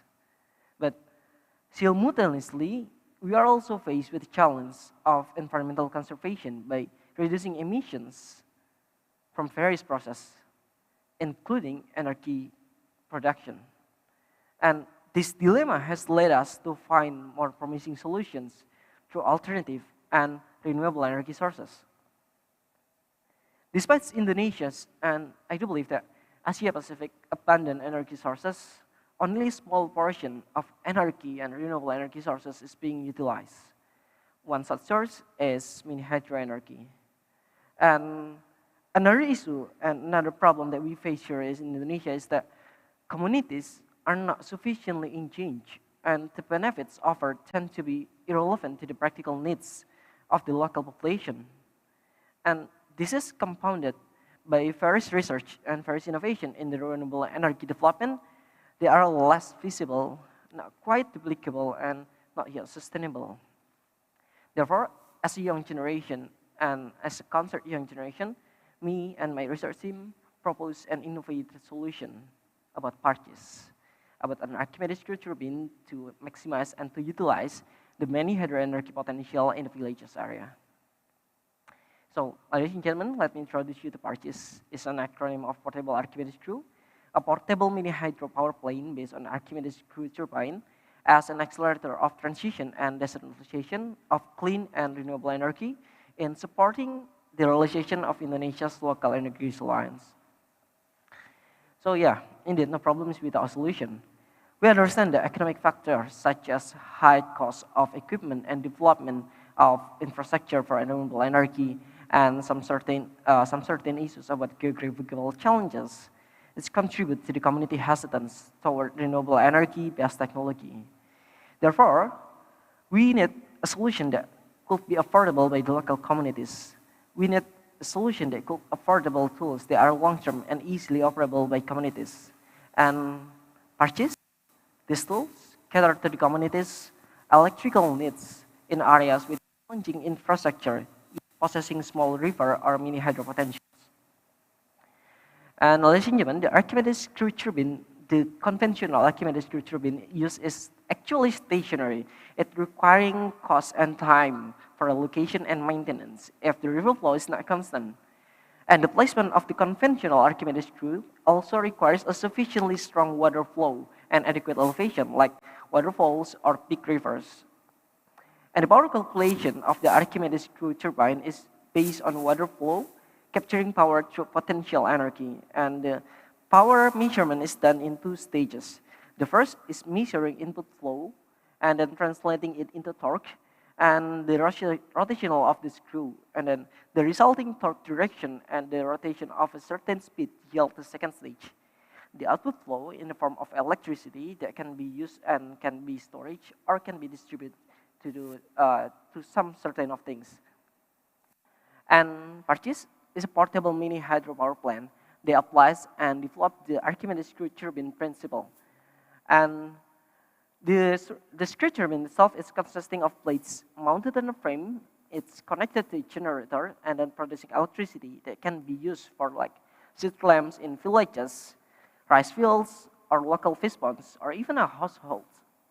And Parchis electricity generation system can maximize the potential of even small water flow, converting them into significant amounts of electricity. And we do believe that Parchis can be one of the solutions that can be decentralized the energy transition by emphasizing simplicity, affordability, and sustainability. And easy operations, and as well as low infrastructure and operational costs make Parchis accessible to small and medium communities. And these aspects contribute to the long-term adoption of clean and renewable energy in society. And considering the estimated daily output power production in the table and the average daily consumption in the villages area, we assume that one Parchis installation could supply at least 1 household or 5 street lights in rural areas. And to delve deeper into the internal innovation condition, we perform a SWOT analysis, where Parchis advantages differentiated from other innovations and its flexibility due to adjustable hinges and the easy installation and the operation when the anchors and the water flow is sufficient. And on the other hand, there are areas for improvement, like the lack of comparative and benchmarking data that the Parchis has, and the relatively limited power output, and the optimal operation still depend on the weather condition. And with comprehensive analysis, it's crucial for us to analyze the small detail in the creation and development of Parchis.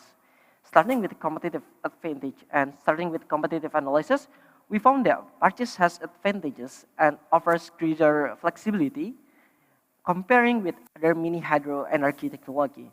And to strengthen the device development analysis, we also conducted a pastel analysis because we want to involve both local government and local communities in our segmentation in our focus area and focusing on villages where renewable energy electricity are not available yet. We also conducted a feasibility assessment here, comparing Parchis with other renewable energy products. The results show that Parchis has advantages and it's suitable and potential for development application. But yeah, we realize that no one is born perfect, and the same applies to the idea I present today. Parchis has weaknesses such as its relatively limited application in Indonesia, and then lack of extensive and comparative data, and then dependence on weather condition for optimal operation. But despite these shortcomings, Parchis had advantages like it's so flexible and portable placement. Its adjustable hinges can make Parchis place anywhere where it has water flow or even small water flow. And then its easy operations and affordability make communities and rural villages area communities can access it and can use it. And these strengths are opportunities in the future to achieve energy sovereignty in Indonesia, in Asia Pacific, and could potentially become a commodity in the renewable energy market. And yeah, the solution initiative that I propose and the idea that we develop is an idea that I hope will not just stop at this forum. So the Parchis planning flow doesn't end in the prototype creation because we want to get feedback and we want to improve the Parchis model from this forum. And I have made the 3D model if the feedback panel want to see about the model clearly. And we still on the development phase, and we still fixing some technical issues to make Parchis could be duplicable easily and could become a potential global market of energy. And yeah, because we all know that the idea of realizing energy, transition through renewable energy implementation to improve the living standard of rural communities has fast development. However, validation and further evaluation are necessary before duplication through business frameworks and collaboration with existing innovations. Because we do believe that, I do believe that achieving global energy targets, national energy targets, and local energy targets, especially in renewable energy developments, requires strengthening and involving local communities with unique, innovative, and practical ideas.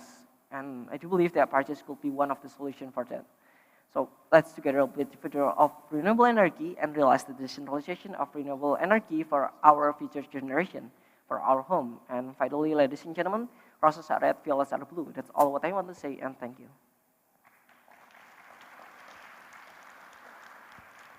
Thank you, Mr. Adnan. Let's together build the future of renewable energy for the coming generation. Your strategy for sustainable energy should serve as an example for the industry. Now we will have time for 1 to 2 questions from the feedback panel.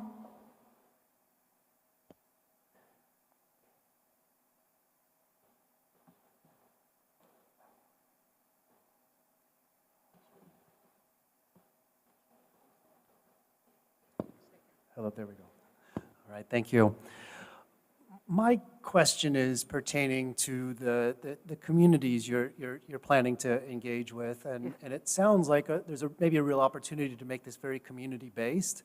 I see that you're seeking funding and things like this, so microfinance lending and stuff comes to mind. But also, I'm curious how you plan to engage these communities, and if so, it being community-based. How do you plan to engage from a capacity building standpoint, training? Because it seems that the long-term sustainability of this project is really going to hinge on the local communities that you're working with. And I just saw the 3D renderings of the device, and it's brilliant. It looks very technical. So I'm curious from a capacity building standpoint, what do you have in mind for developing that local knowledge base to ensure that this can sustain? Sure. Thank you very much for the question. Actually, the business model that we are developing now is like, we have 2 business models that we want to propose and we want to develop. The first is the B2B model and the second is B2G model.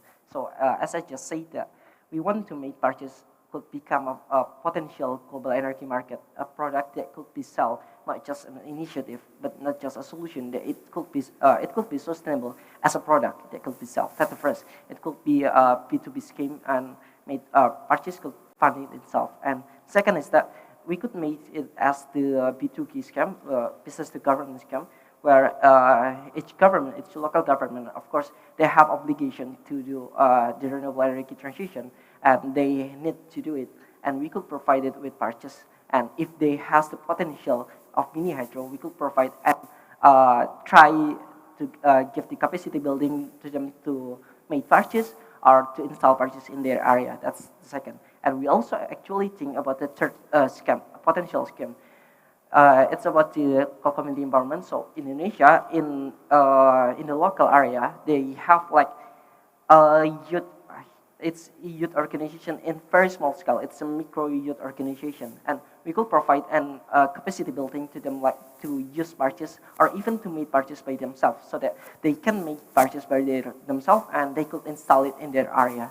So that's 3 scheme of business that we still trying to develop to make purchase could be sustainable and not just as a solution initiative. That's all. My question is that if the screw breaks, one of the plates come off, number one, how easy is it to replace the plate? And the other thing is, how do you transport the replacement parts to the locations? Thank you. Okay, sure. Thank you very much. That's our concern too, how if the plate is breaks in the middle of application. So actually the material that we use in the is fiberglass. So it's not so much easy to break and not corrosive enough if we put it in river flow. So our preventive is that we use the material of fiberglass that could be applied for long-term use. And then if it breaks, we could provide two optional things. The first is that we could like give them assistance to fix it, or we could give them the capacity building, or train them to fix it by themselves. if they want to applicate it and they want to make it as their sustainable projects in the local community. That's the second thing. And then the second thing, I'm sorry, what's your question? How do you make the parts quickly available to them? In other words. Oh, okay. Yeah. And teach them, but then how fast can these parts be sent? Actually, it takes not so much time. I have tried to like teach my friend to use it, and it's just like a week to make them understand about this the process and how to use it. And actually, it's easy to carry out and to carry it in another place, because if you see in the 3D model, it has a handle, so you can carry out it by yourself, and it's actually not that heavy because it's just around 5 kilo, but yeah, it's still heavy, but it's easy to carry out to the other place. And yeah, it's easy to train the others to operate it and to fix it by themselves. So thank you. That will be all for the time we have for Q&A. Thank you, feedback panel, and thank you, Mr. Adnan.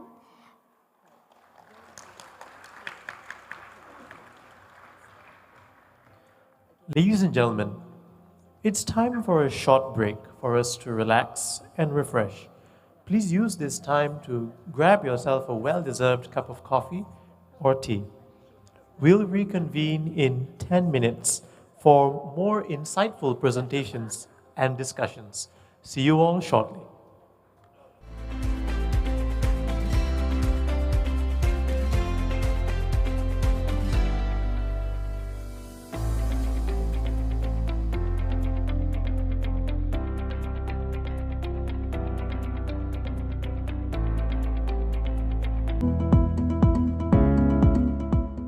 Tan Sri Datuk Sri Dr. Jeffrey Chia is the founder and chairman of Sunway Group, one of Southeast Asia's leading conglomerates, and the founder and trustee of Jeffrey Chia Foundation. Adopting a social enterprise model, the foundation is the largest of its kind in advancing education in Malaysia. Born in the small tin mining town of Pusing in the state of Perak, Tan Sri grew up surrounded by the ugly scars of disused mining pools and witnessed firsthand how poverty closed off avenues of advancement for many families.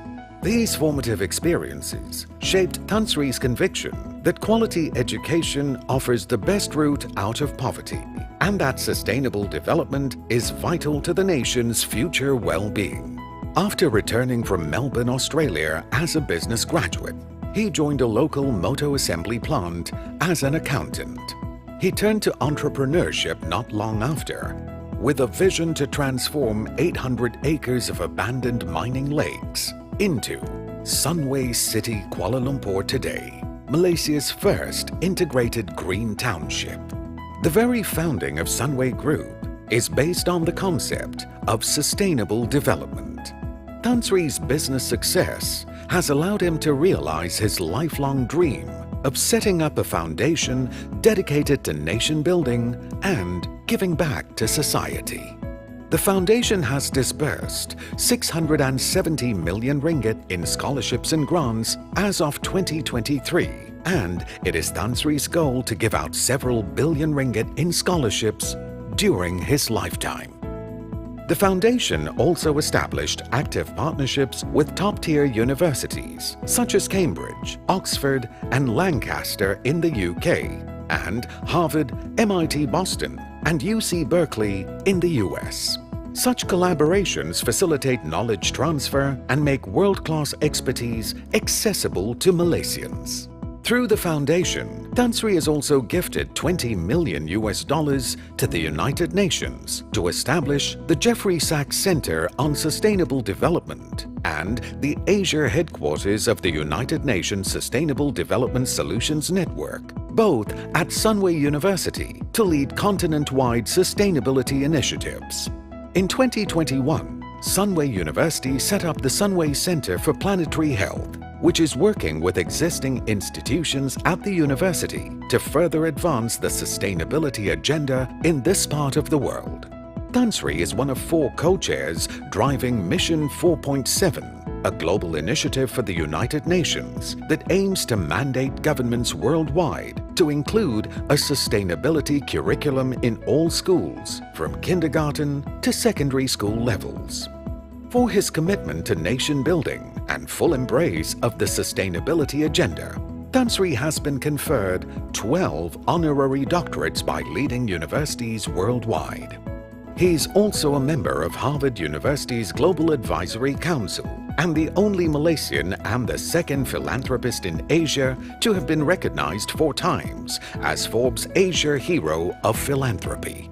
In 2008, Tan Sri was appointed by Australia's Prime Minister an Officer of the Order of Australia, one of the country's most prestigious and highest recognitions conferred to a non-citizen.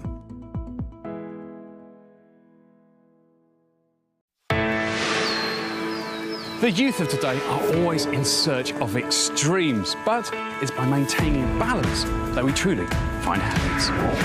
Which is why I'm here in Iskandar, Malaysia, to meet with a man that's taken balance to the extreme. By maintaining 40% of local flora and fauna, Sunway has ensured a beneficial harmony between natural surroundings and nurturing experiences. That's right. Hi, Nick. You've done it again. I mean, what inspires you? This place is beautiful. Well, Nick, education is the best way out of poverty. And it is crucial, very, very crucial that we give to our younger generation. I believe that for sustainable development of a nation, it is education. Sunway always lead the way. We walk the talk, and I believe in that very much. More than 12,000 trees are being tended to in this tree nursery. For every tree removed in the development, 1 or 2 more are put back in their place. And naturally, all this hard work starts at the source, the Pendus River. This is the lifeblood of the place, Which is why Sunway is working really hard to maintain the water quality, which means the animals and plants that call this place home can continue to live in harmony here. And the lessons learnt can be applied elsewhere in Malaysia. Today, Sunway, tomorrow, the world.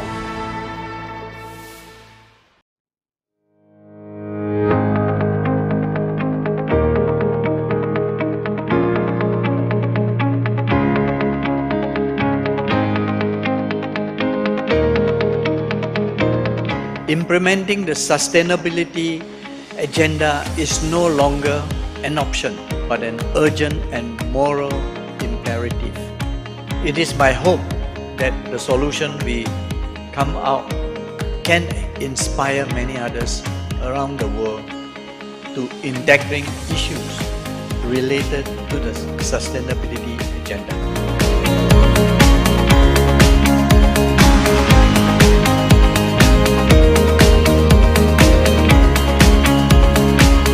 Sunway Group, as well as our Jeffrey Chia Foundation, committed ourselves to the concept of sustainable development right from their founding. Both entities have fully embraced the 17 SDGs, which chart a holistic path to build a sustainable future for an ailing planet and its people. We will, simply put, achieve sustainable development worldwide if today's young generation understands and is empowered through knowledge the tasks and the abilities to pursue this agenda.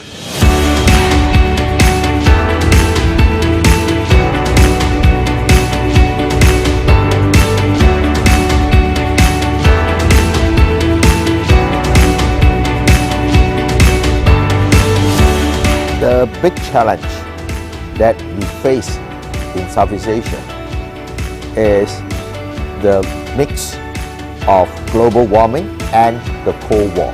And the solution to be able to undertake the correct climate action policies is to have cooperation on the regional level. The Jeffrey Chia Foundation gifted a total of $20 million to the UN SDSN, headed by Professor Jeffrey Sachs. A major portion of these funds was used to establish the Jeffrey Sex Center on Sustainable Development at Sunway University.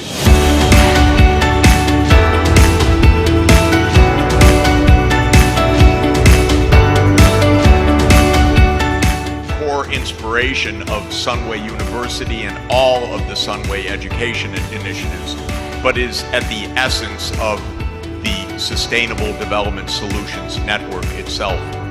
And that is that education is the most essential investment of any society in its future.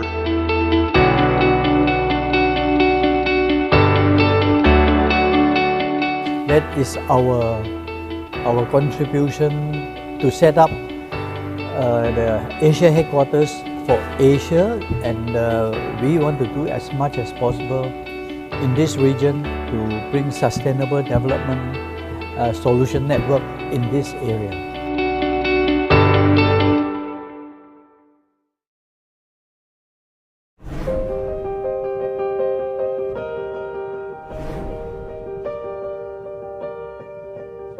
The house is burning and the occupants are fighting each other and not taking the lead to put out the fire. They have a fundamental mistake, most politicians. They think that this agenda is somehow bad for their politics. The government of Malaysia, they have also put in a lot of effort. They are concerned about climate change. They are encouraging solar, green energy and all this. Governments are still stuck. They're unable to make the kinds of real breakthroughs needed. At least some good news. At least our two big polluters, US and China, are now sitting down to talk.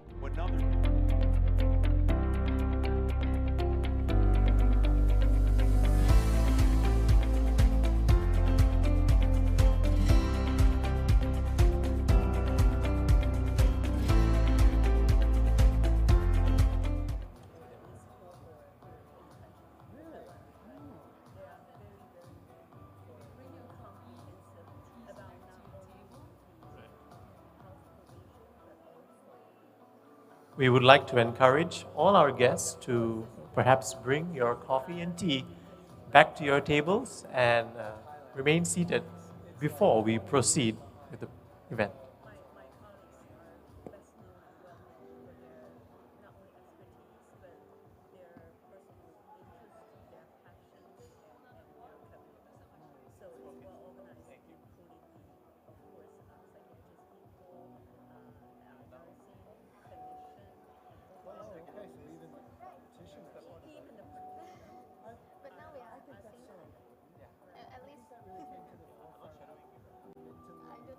Shall we switch?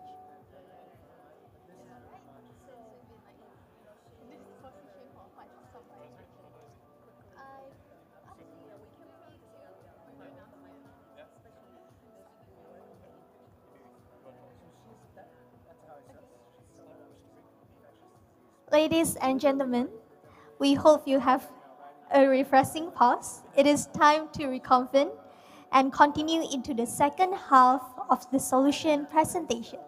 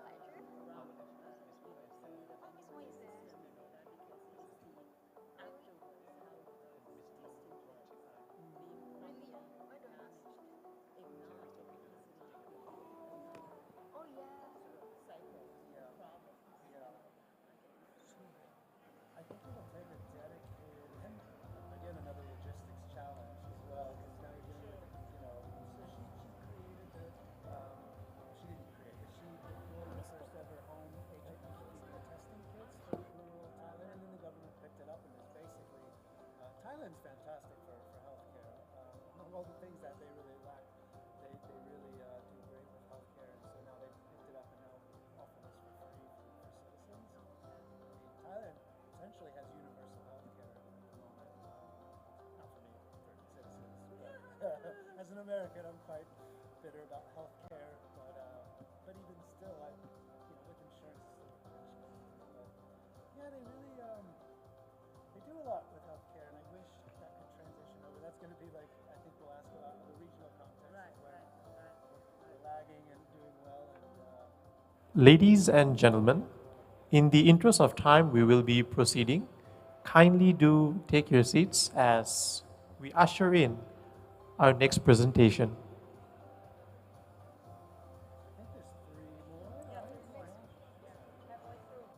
Okay. I prepared so many questions, and we're only doing like 2 per. I bring 3. Oh, look at that. We thank you all very kindly for your cooperation. We hope your break was indeed refreshing. And wasn't that first segment impressive as well? It's amazing to know that we all have our individual local challenges to address. Yet, gathering here under one stage today from across the Asia Pacific with plenty of heart and will and the desire to produce sustainable solutions, in just 45 minutes just now, we've heard solutions that are timely and contextually appropriate for the Philippines, Thailand, and Indonesia. I'm sure you're all just as excited as I am to see what happens next.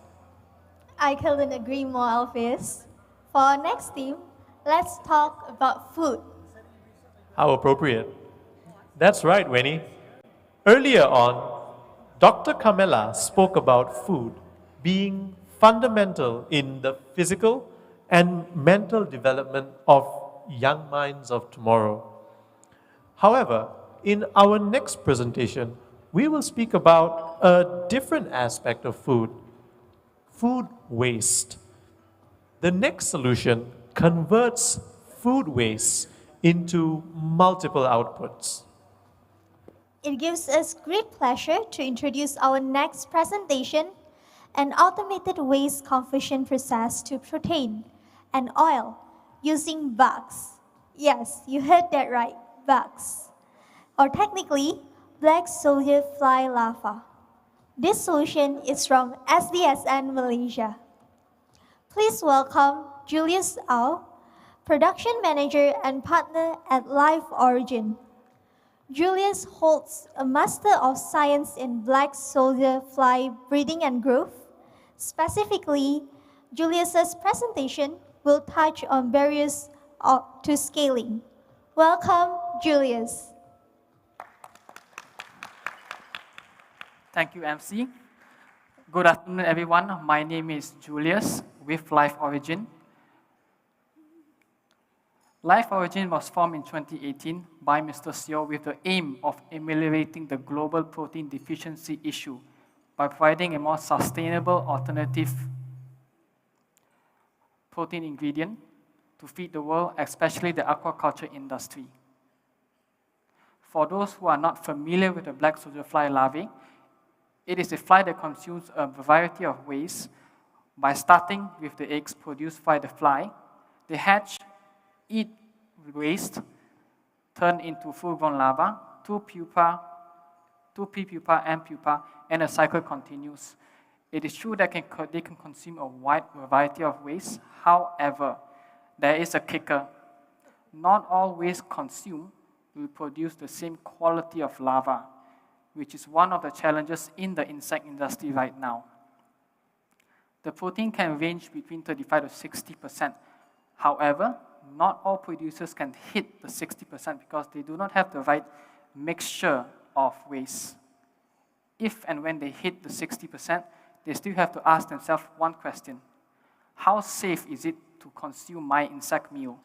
Because the larva does have a tendency to accumulate certain heavy metals that are not supposed to be in animal feed. Aside from the quality of the larva, the efficiency of the entire production system is also crucial for the insect business. There are a few questions they have to ask themselves.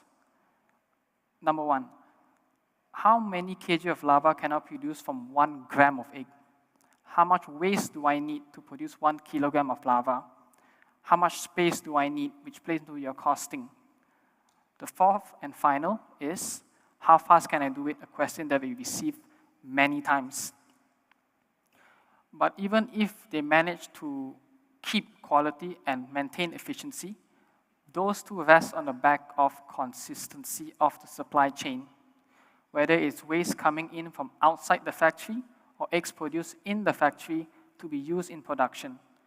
Consistency will determine your monthly production yield, and all three of these challenges have to be at least managed effectively for a company to scale its production without scaling the smaller issues faced during a smaller production. At Life Origin, we have identified the three challenges, and for the past 4 years, we have continuously tackled the problems. And our results are, we have maintained a 60% crude protein level for the past 3 years by formulating our own in-house feed. We have also cut down our production time by 30% while producing larger and healthier larvae. And the cherry on top, which is difficult to maintain, we have managed a stable production system by producing 5 kilograms of larva from 1 gram of egg. What we have done is that we have taken the challenges of industry, made it our core advantage for us to serve the commercial market. Since 2021, we have processed 12 tons of waste to produce 330 kilograms of protein, 220 kilograms of oil, and about 1.5 tons of thrust, all in the area of 500 square feet, only at 25% capacity. Why 25%? Because it is very laborious. Just imagine what we can do with 7,000 square feet with automation at 100% capacity. And we do not stop here. We use our products to create new products. Since the last time we have been on this SDSN stage, we have released 2 products, one dental stick, and the second is our dog training treats or crunchies. We are continuously looking to develop new products, and we are also looking to release 2 new products by the end of this year, one for cats, one for dogs. We are also developing a koi feed with UCSI, a local private university funded by Cradle. And just about a month ago, we received very encouraging results on the performance of the feed, as well as some surprisingly positive results which will benefit the consumer. The development of this koi feed will allow us to enter into the premium koi feed market to access higher margins. It is also one of the reasons why Mr. Seo is in Japan right now to open the market there. Our full list of products includes products for dogs, ornamental shrimp, ornamental fish, exotic animals, plants as well, and the future cats. We are continuously looking for new avenues for us to have our pet products in pet cafes in the Klang Valley area, on top of Shopee and Lazada, our Malaysian e-commerce shops. Now, we do realize there's going to be a surplus of oil when we do scale our factory. Therefore, we had to look for a solution. About 6 months ago, we had the opportunity to work with a biofuel company based in Singapore on a coastal sustainability project. What came up from that talk is that when the biofuel is produced from our insect oil, it meets the Singaporean marine fuel standard. This opens up a potential for us to produce biofuel and sell it to Singapore while generating new revenue and allowing an outflow of our oil, which has low application now. And because we foresee this issue, in our strategic planning, we have a biofuel production facility in our plans to process 120 tons of oil per year from our automated production facility of 1,000 tons per year. For now, we are selling our pet products to maintain and sustain the business, but for our future longer-term income revenue, we are looking to sell our koi feed, commercial white leg shrimp feed to farmers, as well as produce dog kibbles. but our end goal is to be ingredient providers. Our next phase of production is a 15-ton production facility with an overhead count of 8. 15 ton is the minimum we need to enter the commercial market, and 8 is the number we have to not go over to keep the company profitable. Currently, it's going to take us about 5 hours to feed the larva every single day to produce 15 tons of larva per month. That is a bit too much of a waste for us. That's why we have approached a company which has been building factories for the past 25 years to reduce 5 hours down to 2 hours. This allows us to cut down on the cost of 2 forklifts and 2 overhead count. The team only consists of 3. CEO and founder, Mr. Seo, who has 15 years of experience in marketing. Myself, Julius, who have a master's in growth and cultivation of the black soldier fly larvae, as well as a bachelor's in industrial technology, focusing on feed manufacturing and feed safety. My colleague, Ming Yan, who has a degree in genetics and a master's in phytoremediation. We have been invested by Gokulink, and we do work with SDSN affiliated universities for our products. We have also joined awards and programs and have won the ASB 101K about last year. What we have done is we have gathered global, local, private information to bring you our solution to the waste problem as well as the protein problem. We are looking to expand, and we will be live on the pitching platform in 2 days. We hope that you will join us. Thank you very much.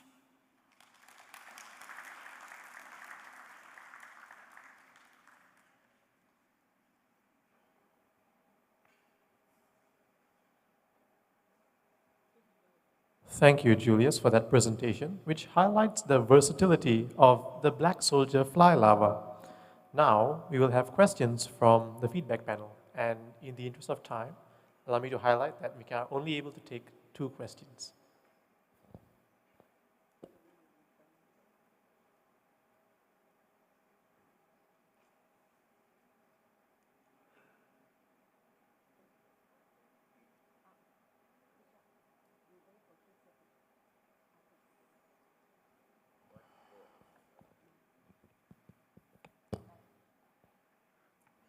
Okay, I'll start. I have so many questions actually, but apparently we're only limited to just a few here. So I guess my question would pertain to the breeding processes and methods that you're innovating. I'm very curious in terms of sustainability from like a water and energy consumption standpoint, and how these compare to like traditional livestock protein and plant-based protein production. How do they compare? As in the sustainability or the protein produced per area? I suppose either, but yeah, maybe from a sustainability standpoint, because I know, it's a bit resource intensive with, factory farming and things like this. Okay, so how we differ from, let's say, cattle farming is that we can produce more kilograms of larva per area compared to cattle. We are also consuming waste, which also has the green sustainability aspect tied to it. And we can produce our protein in 14 days, not years. That's how we differ from the poultry, the cattle, the lamb industry, aquaculture.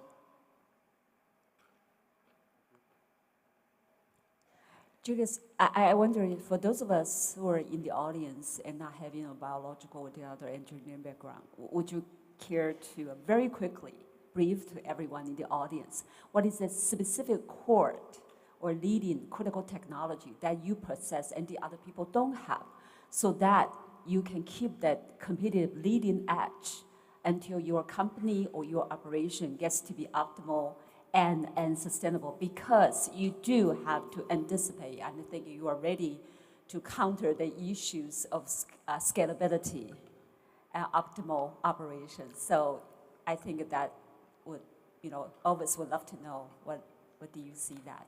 Okay, so I think what you're actually asking is the competitiveness. Is that true? Yeah. Okay, so Life Origin is different from every other BSF company is because we foresaw that we cannot survive just on selling ingredients. We have to develop products. So we did that faster. We are also really set on only producing 60% protein because 60% protein is what the aquaculture industry needs. There's no point replacing fish meal with something that is so far off for the protein level. We place ourselves as protein producers, not waste managers. If you simply take waste in, if you put bad input, you'll get bad output. We are taking good input, traceable waste to understand where it comes from, to understand how it affects the protein level of the larva. Did I answer your question? We are only allowed for 2 questions, but all the best. We can I'll be at the take back the so we can conversation just ask. later. Good luck. Yeah.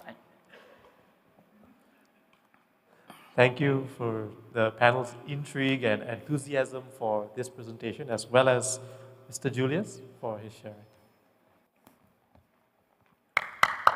Oh, yes, that's right.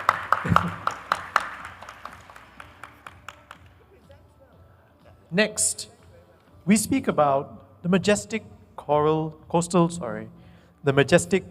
trees, which are mainly found in the Asia-Pacific region. Fun fact, 48% of the world's mangroves reside in the Asia-Pacific region. The Southeast Asian region itself accounts for the world's largest and most diverse mangrove forest with over 50 species. But unfortunately, this region also has the most extensive mangrove losses. Our next speaker, Mr. Stefanus, or Pak Steve, comes from a region in the far east of Indonesia, 3,500 kilometers away from my home city of Medan. He has extensive experience in mangrove restoration. We present to you Pak Steve from Mangi-Mangi, Warrior Raja Ampat, and Kelompok Tani Kawan Pesisi. He is accompanied by Mr. Isra Rudin, SDSN Southeast Asia Network Manager. Please welcome Pak Steve and Mr. Isra.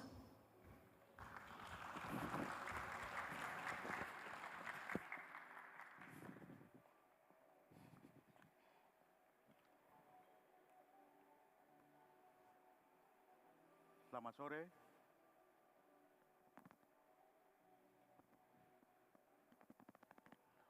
Tes.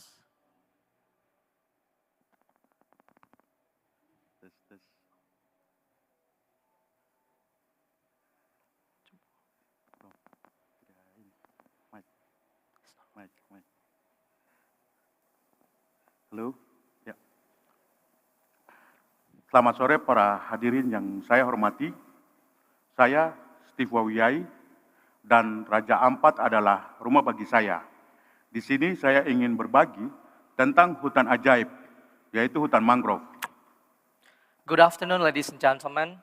My name is Steve Wawiyai, and I'm from Raja Ampat, West Papua. I would like to talk about a magical forest that's very essential in our life, mangroves. Ekosistem mangrove di Raja Ampat memiliki keanekaragaman hayati yang sangat tinggi, karena Raja Ampat berada di kawasan segitiga karang dunia.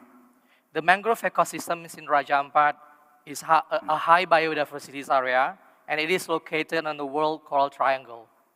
Oleh sebab itu, inisiasi kami bernama Rebusasi Mangrove, pemulihan ekosistem dan memberdayakan masyarakat di masa depan secara berkelanjutan.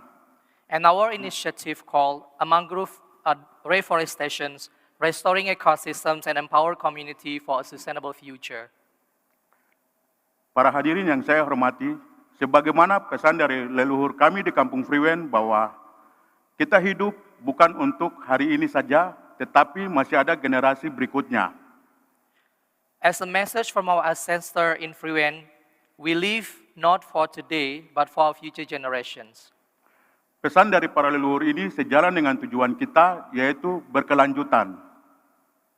This message is deeply ingrained in us, aligning with our shared goal of sustainability. Lokasi inisiasi kami berada di Selat Dampir Raja Ampat. Our initiative in Dampir Street in Raja Ampat, Eastern Papua. Jarak dari Jakarta, ibu kota Indonesia, ke Raja Ampat setara dengan jarak dari Kuala Lumpur, Malaysia, ke Manila di Filipina.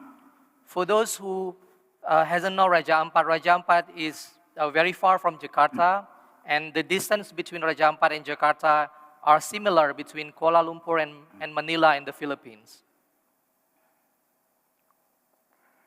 Satu dari 30 hutan mangrove di Raja Ampat terdapat di Tumpap, Yenatar, dan juga di Dorewer.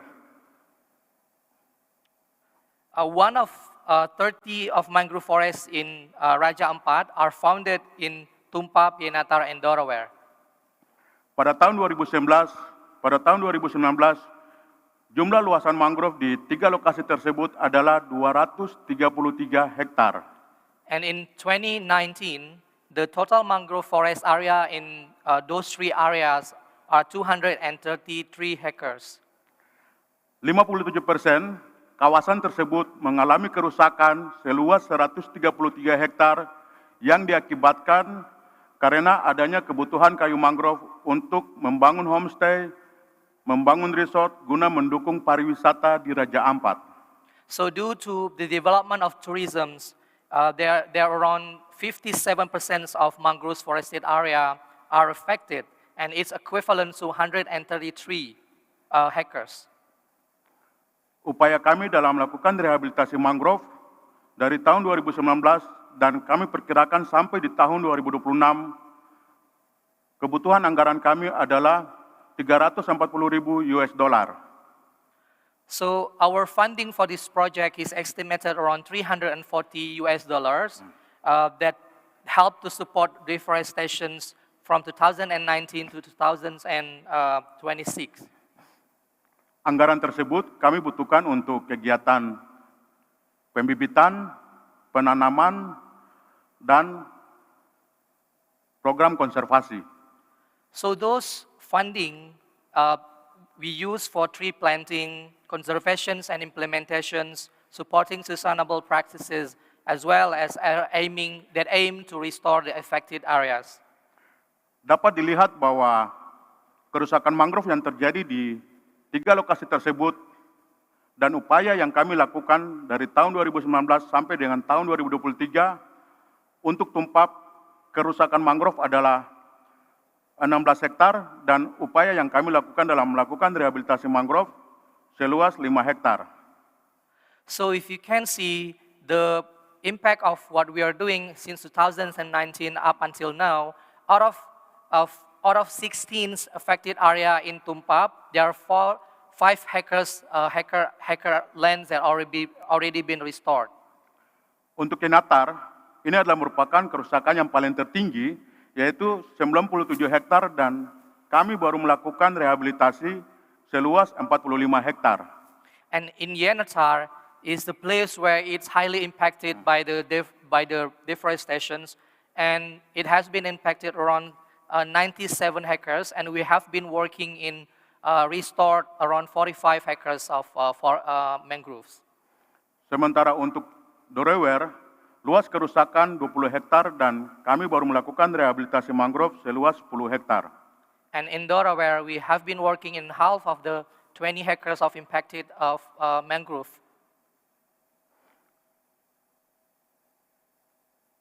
Tindakan dan upaya yang kami lakukan dalam menjaga agar kawasan tersebut tidak mengalami kerusakan adalah pertama, kami melakukan kegiatan pembibitan dan penanaman mangrove pada areal yang mengalami kerusakan. So the actions that we are doing is first, we conduct a mangrove seedling cultivations and planting in the degraded areas. Yang kedua, kami juga mempromosikan bagaimana cara melakukan reboisasi mangrove bagi wisatawan yang datang ke Raja Ampat, dan juga kami melakukan kegiatan pendidikan lingkungan hidup bagi para siswa, dan juga kami mengedukasi bagi masyarakat. So second activities is we educate and demonstrate the mangrove seeding cultivations to the tourists, kids and communities, and help raise awareness the importance of protecting the mangrove forest. Selain itu, kami juga mendorong masyarakat untuk sebagai penyedia bibit mangrove yang dapat memberikan manfaat ekonomi.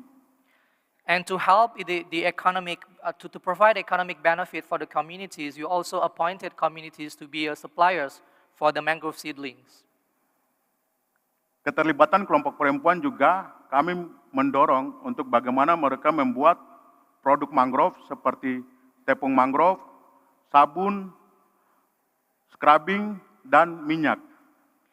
And the last activities is we engage with women groups to produce mangrove-based products like soaps, scrubs, oils that improve this household economy. Dari upaya-upaya yang kami lakukan melalui kegiatan kami, ini memberikan dampak kepada masyarakat sehingga masyarakat menjadi sadar untuk tidak melakukan kegiatan pengerusakan mangrove. So the result of our activities and programs, first, communities are aware of the importance of mangrove ecosystem to the environment. Selain itu juga, kami mendorong untuk adanya peningkatan ekonomi rumah tangga masyarakat melalui penjualan bibit mangrove dan juga penjualan produk mangrove yang berasal dari tepung. Yeah, this product as well help provide economic benefits as the local communities are becoming suppliers of the mangroves. Rencana tindak lanjut kami adalah bagaimana kami mempromosikan reboisasi mangrove melalui kegiatan Pay It Forward, menanam mangrove di masa depan bagi para wisatawan. So moving forward of this initiative, we will plan to promote the mangrove restorations through Pay It Forward systems that aim to allow tourists to planting mangrove through the more engaging tourism activities. Harapan kami ini bisa menjadi solusi bagi daerah-daerah lain yang mengalami kerusakan mangrove yang berdampak kepada masyarakat lokal. And we hope that this initiative can be adapted and replicated in other regions that facing the same issues of deforestation of forests, especially mangroves. Saya Steve Wawiyai dari Raja Ampat Indonesia untuk dunia yang lebih baik dan berkelanjutan. And I'm Steve from Raja Ampat Indonesia for a better and a sustainable future. Thank you, Pak Steve and Mr. Isra. So in the interest of time, now we'll be having 1 to 2 questions from the feedback panel.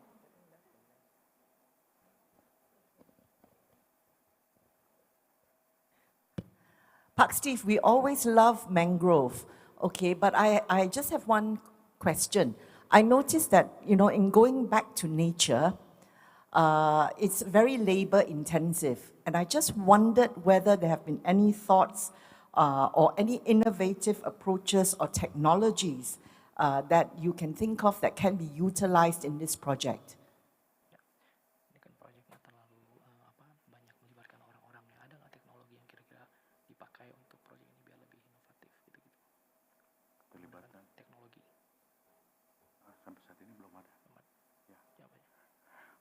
Sampai saat ini belum ada teknologi yang dalam upaya rehabilitasi mangrove karena kami masih melibatkan masyarakat.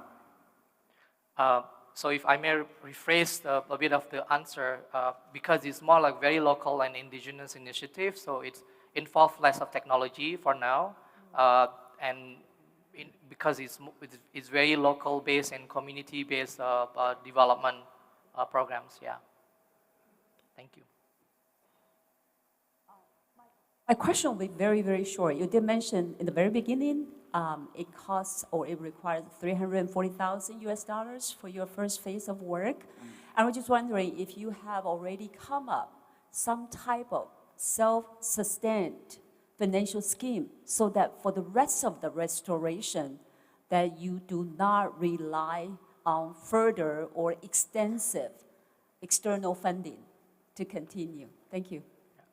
Ada nggak strategi biar nggak perlu menggunakan funding yang 340 itu, jadi biar ada desa yang bisa langsung mandiri. Kira-kira apa yang dilakukan untuk membuat desa itu bisa mandiri tanpa tergantung pada funding? Beberapa langkah yang kami mencoba agar supaya masyarakat mandiri adalah mengubah cara pandang masyarakat agar tidak melakukan kerusakan mangrove dengan kemudian mereka bisa membuat produk-produk mangrove yang dapat mendukung ekonomi masyarakat. Itu adalah sebuah solusi. So one of the strategy that we use to ensure the sustainability of the project without relying on the grants are trying to educate and give educations to the local communities by doing the reforestation by their own, and then at the same time by providing economic benefits like doing the derivative product from the mangroves, so they can see the benefit, and also at the same time they can do the reforestation by their own. Yeah.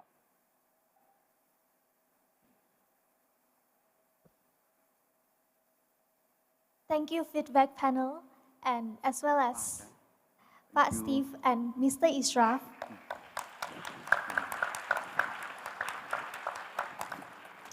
We live not only for today, but also for our future generation.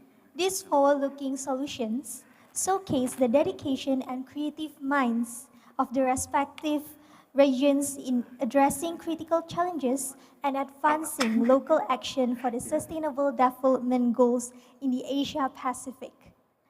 We are truly honored to hear from these experts and their change-making initiative today.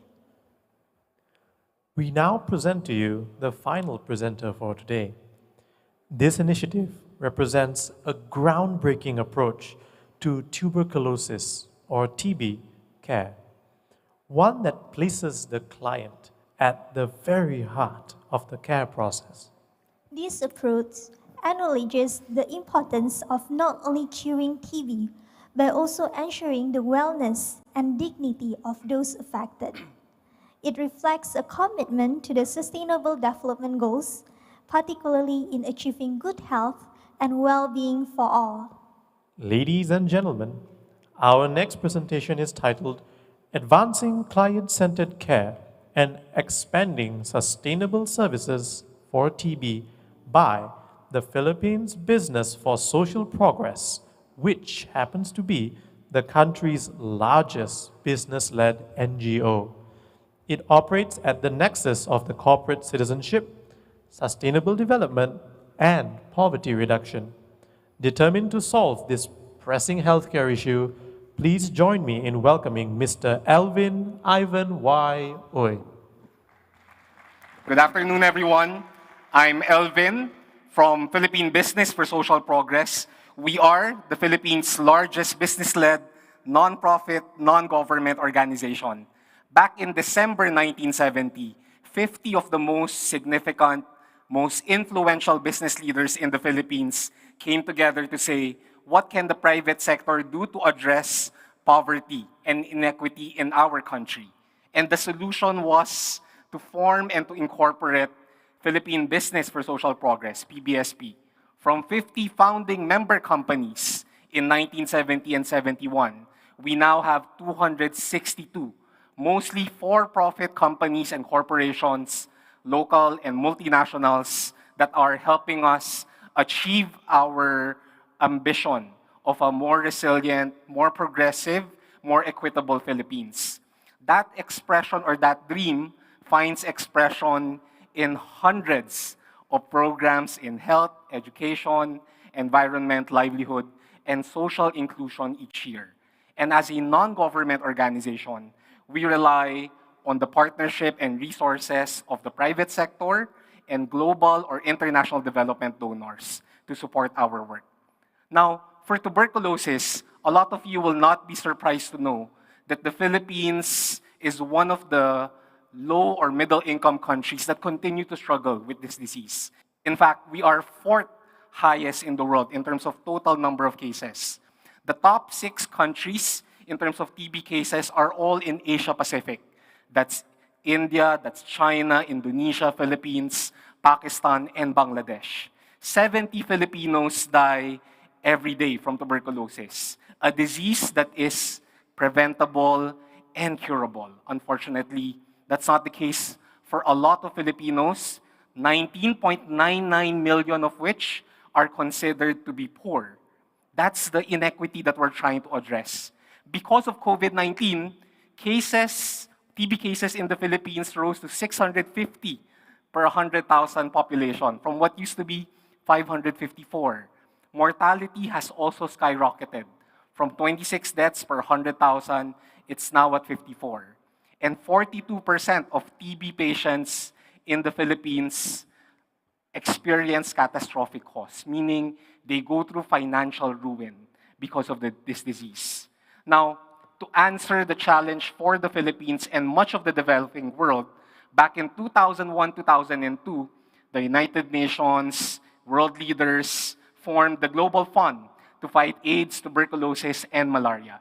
This was during the days of the Millennium Development Goals.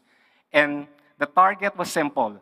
Can we fight HIV/AIDS, malaria, and tuberculosis?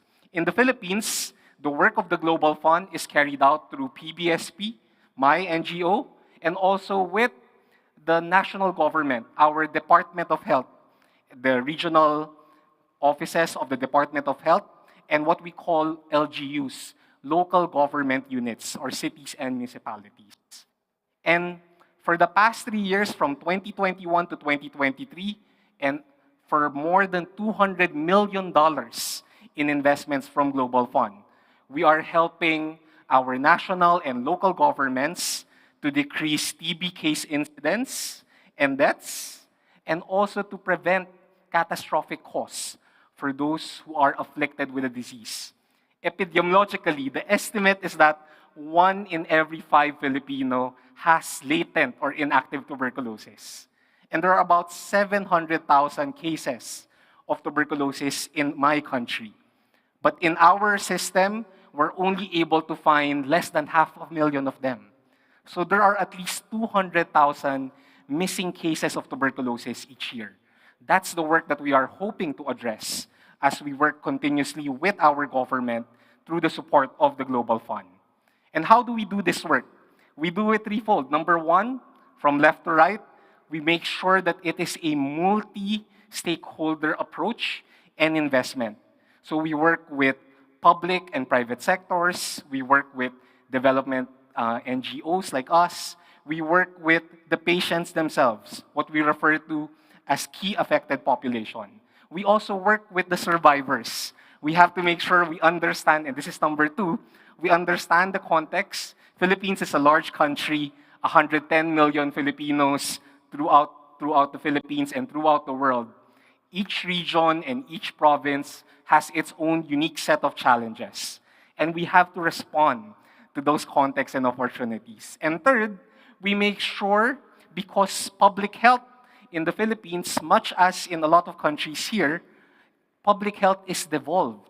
It's not just a national program. In fact, where it becomes real is at the local level with cities and municipalities. In the Philippines, there are more than 1,600 cities and municipalities. A lot of them do not have the capacity to do this program effectively. So we have to build the capacity of our local government partners. Over the past 2 years, 2021 and 2022, we were able to find, register, and what we call notify over 500,000 cases of tuberculosis. We also have achieved a treatment success rate of 92%.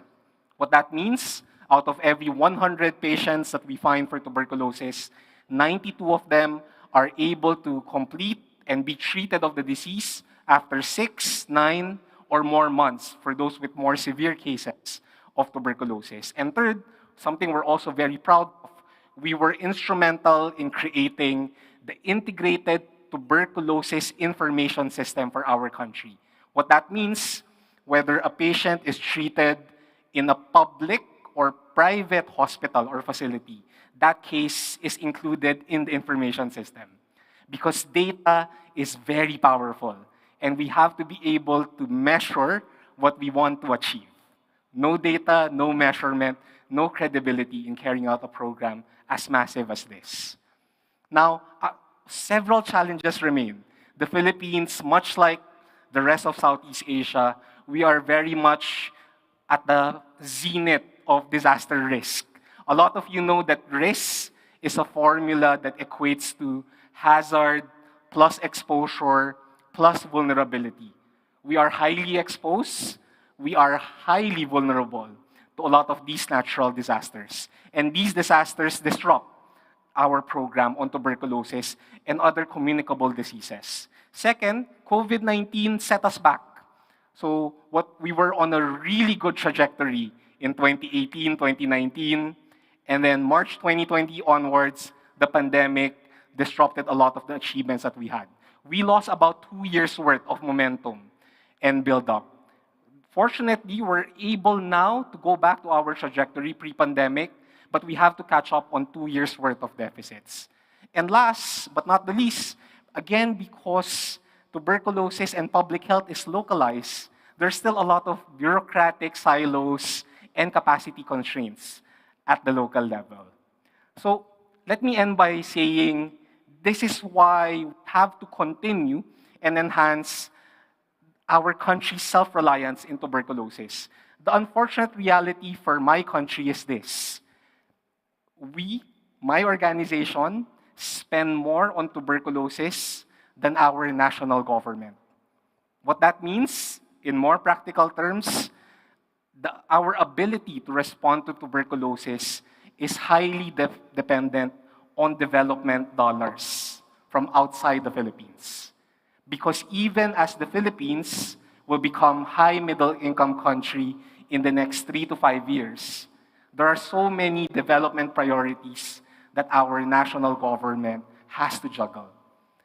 So what we are trying to do is to ensure that as the Philippines develops, becomes more progressive, becomes richer, we're able to address a lot of these very basic requirements and very basic needs for better healthcare. So these are the 3 things we're trying to do as we move beyond 2023 and into the next 3-year cycle for the Global Fund Tuberculosis Grant. Number 1, we have to continue to engage government to ensure that we empower healthcare workers nationwide. A lot of you might know, one of our top exports are Filipino labor.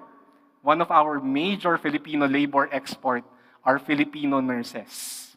We serve you wherever you are, whether you're in Europe, US, parts of Asia, Australia, everywhere else.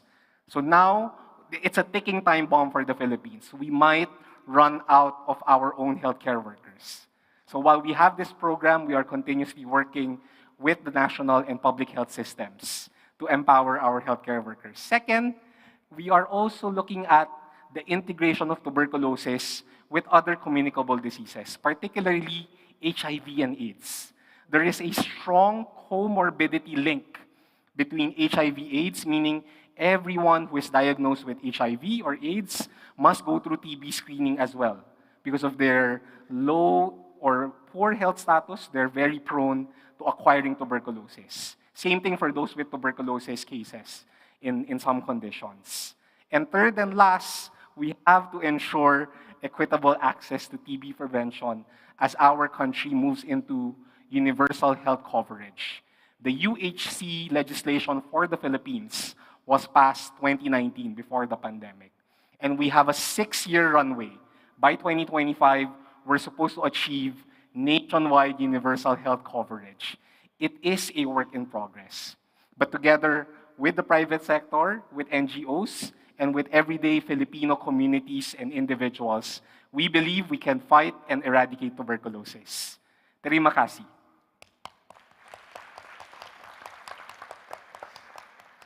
Thank you, Mr. Alvin, for sharing insights into this essential initiative.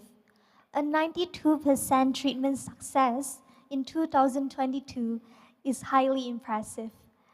Your presentation has truly shed light on an important and transformative approach to healthcare. Now we will have 2 questions from the feedback panel.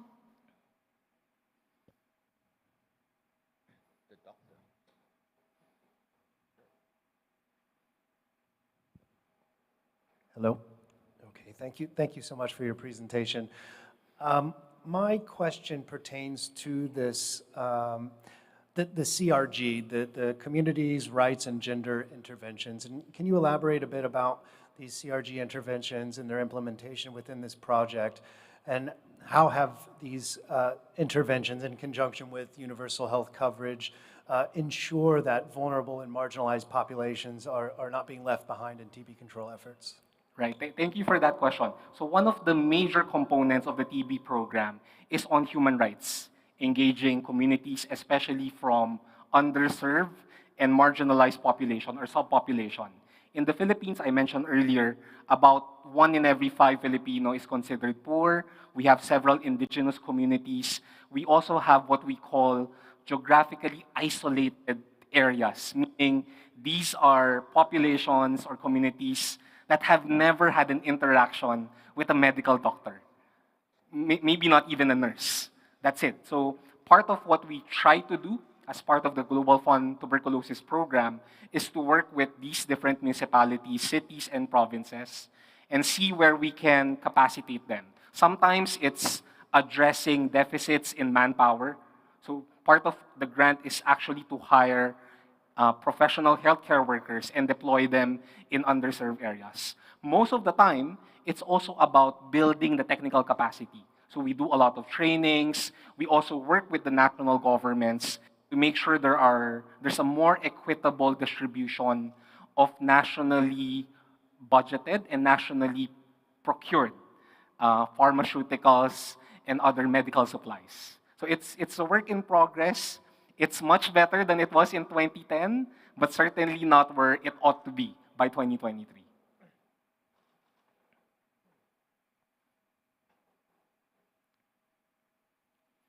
Alvin, thanks for a lot of very encouraging information. My 2 quick questions. The first one is that you did highlight the incorporation of technology in your efforts. So I was just wondering, for any technology to be adopted or incorporated into a life and death issues, how do you internally gauge and assess the pros and cons of those technology before you truly go out and implement them? That's question 1. Question 2 is that I think with the increasing efforts that you have mentioned and addressed in your coming years, how do you properly ensure and govern the privacy, the data privacy and data security of all these private information that you will gather through this large scale collecting process? Thank you. Thank you. I think I need another presentation to answer those 3 questions. Just kidding. The first one, so pre-pandemic, a lot of what we do was very brick and mortar. So for example, when a patient has to be physically observed by a physician or nurse to make sure that that patient is following the treatment regimen. When the pandemic happened, obviously, patients had to stay home and the public or the professional healthcare workers had to stay in the hospital.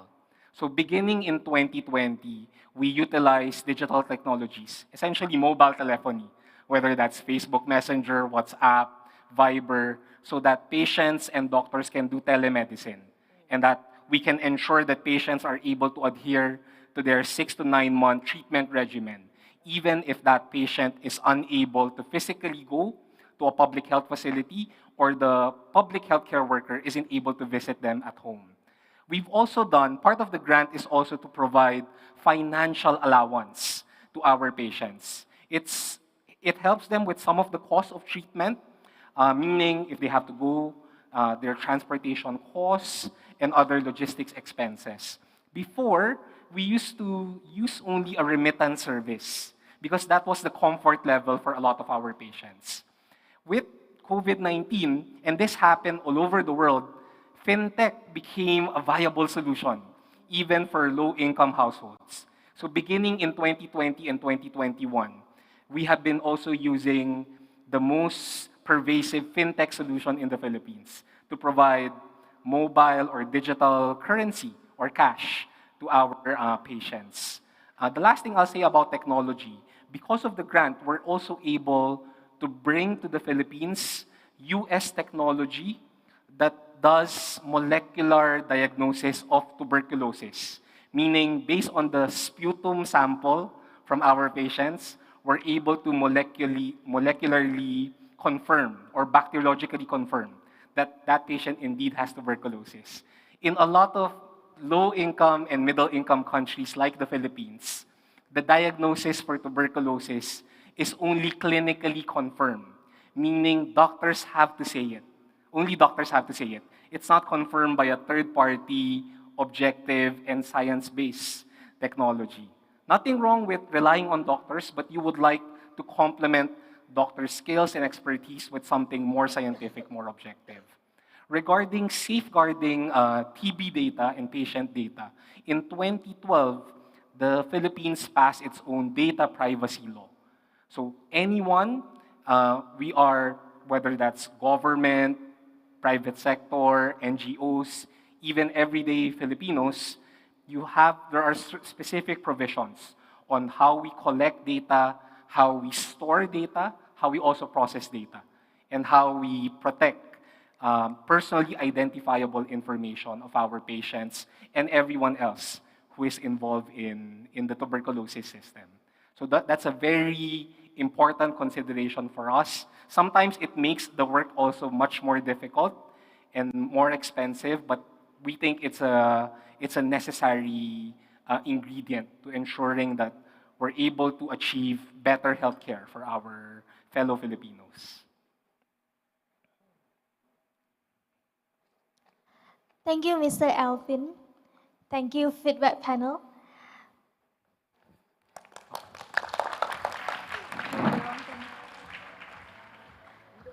We would like to also take this opportunity to thank and appreciate all the presenters for their wonderful solutions that they have presented. And now, we would like to invite each and every one of you to embark on a reflective journey through our feedback panel discussion. Our esteemed panelists, with their respective expertise, represent beacons of hope in our quest for sustainability. Please join us in welcoming Professor Wu Wing Tai, Professor Elizabeth Lee, Professor Jenny Su, and Brian Caraway with Shazana Mokhtar as our moderator. Let us be reminded that in every panel discussion, there is an opportunity to ignite the flames of change.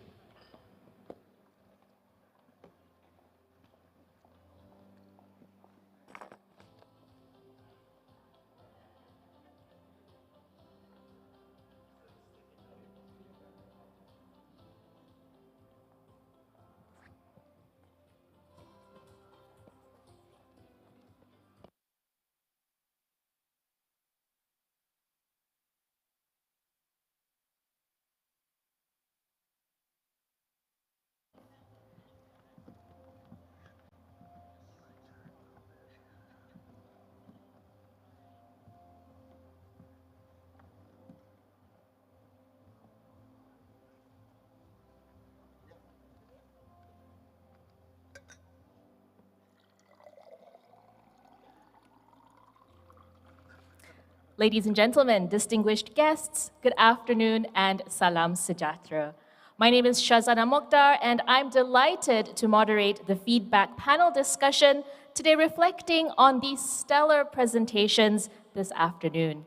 Now, I found much to be inspired by the 6 presentations that were made today in terms of the range, in terms of the people involved, in terms of the SDGs that were represented. And I think what I'd like to do for this panel discussion is to spend some time in drawing out the themes that were present in each of these solution projects, and also discussing about how we can overcome obstacles in achieving the SDGs. Because to put everything into context, we are behind. The world is behind in achieving the SDG targets.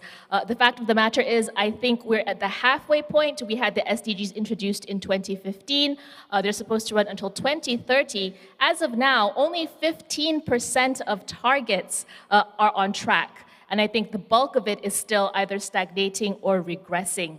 And the question I have in mind is, let's start with you, Professor Wu, because we've been talking about SDGs all morning. There's a lot of enthusiasm for it. There's a lot of ideas, innovation, but yet there's still that gap between what we are saying and what we are doing. So, Professor Wu, why do you think the world is lagging behind at this stage? In a way, did we set ourselves too ambitious a target with these SDGs? Well, one reason why we are behind is certainly due to COVID-19. We basically lost 2 years, and the world was in a recession. We couldn't afford to undertake those programs. The other thing that is important is that global cooperation has been much harder to undertake to solve the SDGs, because only with global cooperation would the solution not only be effective, but also be the cheapest. And instead, just look at COVID-19. It's a global problem. Was there a global strategy to address that problem? No, each country undertook its own, especially the rich countries, where they hoarded their medical supply, and political interference came in. Like Taiwan is not even a member, was not even allowed to be an observer at WHO, and the worsening conflict. Instead of trying to solve the problems, politics, especially regional politics, is getting in the way. Like, what was the chief focus of the US in COVID-19? Did it start in China? It was not like, how could we work with other countries to solve it? Thank you. So that's what we're dealing with, right? There are a lot of distractions. We may have this overarching goal, but there are all these other issues that come in the way. And one of the challenges that we need to overcome moving forward is, how do we avoid the distractions or not let the distractions derail us? And Professor Su, I'd like to bring you in terms of, if we look at the positives of it, in terms of what we have achieved, in terms of SDGs that are making progress, where do you see the bright spots? You know, what makes those SDGs work, or those projects work, and how can we replicate that for the other targets under the SDG umbrella? Let me just quickly follow on what Professor Wu has already mentioned. I think as much as the COVID pandemic did bring the challenges, but it also brought the opportunity and a lot of sort of a very rapid and disruptive movement and changes in many places. For one, I think, you know, over a very short period of time, we quickly built up some level of IT and communication infrastructure in nearly every corner of the world. And that makes the sharing of information, of experiences, of sort of some level of partnership, discussion, co-creation, much easier than before.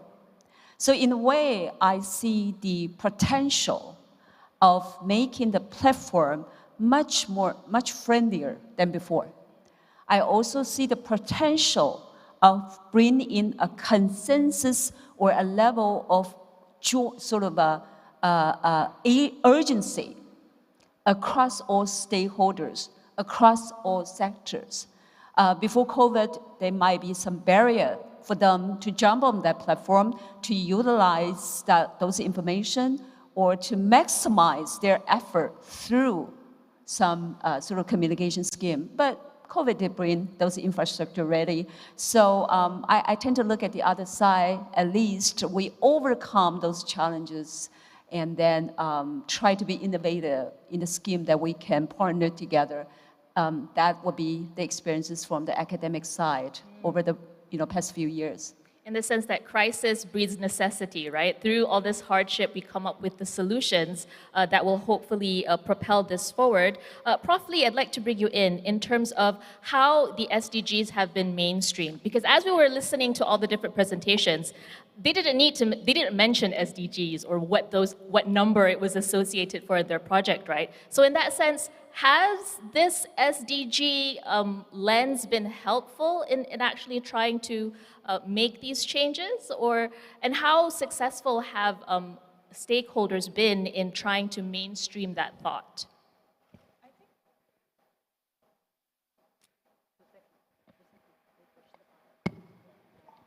The SDGs have always been just a guide, to put it quite visibly, 17 different goals, but actually they're all interconnected. And hence, once you have internalized it, you really don't need to keep referring to, SDG number 4, SDG number 5, both of which are my favorites, of course. But the idea is that to find solutions which will save the planet, save the world, save ourselves, humanity, etc.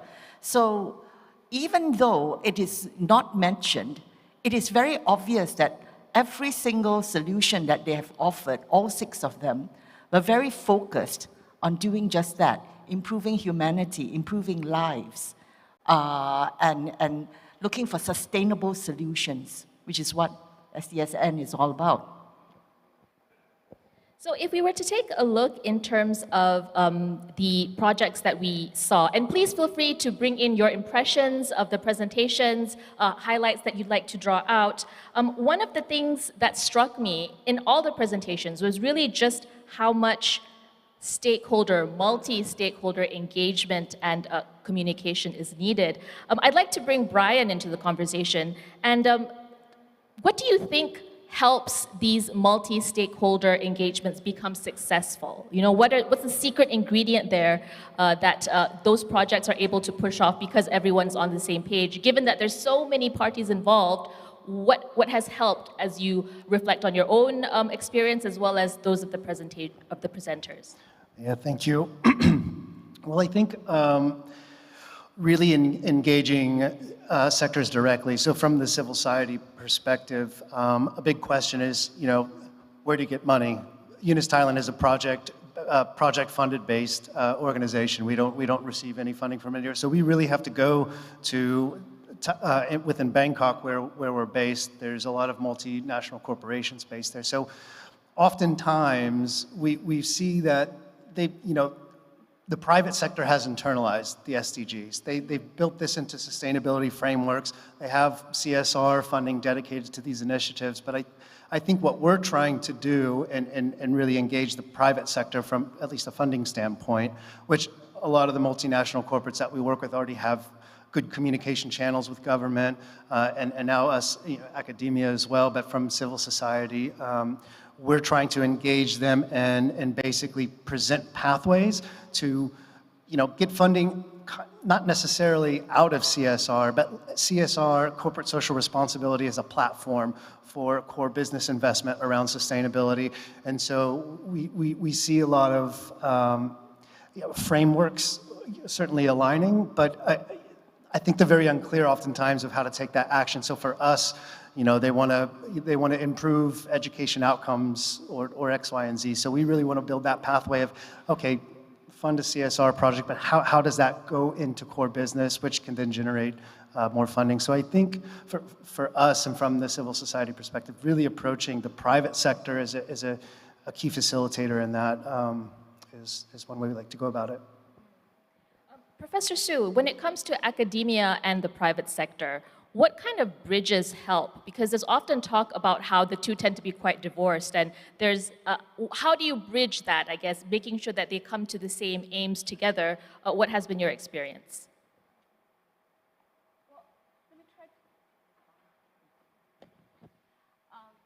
Let me try to begin maybe by going through, if we revisit over the human history, every phases of critical or major societal transformation requires the maturity of different sectors. For instance, the first and foremost mission of academia sector is always try to innovate, to make sure that we innovate, we provide innovation at all times.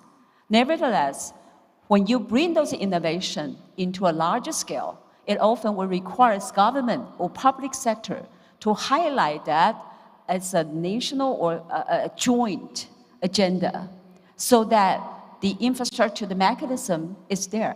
Later, you really will require the participation of private sector, namely the industry or corporate, to be participating with sustainable financial model.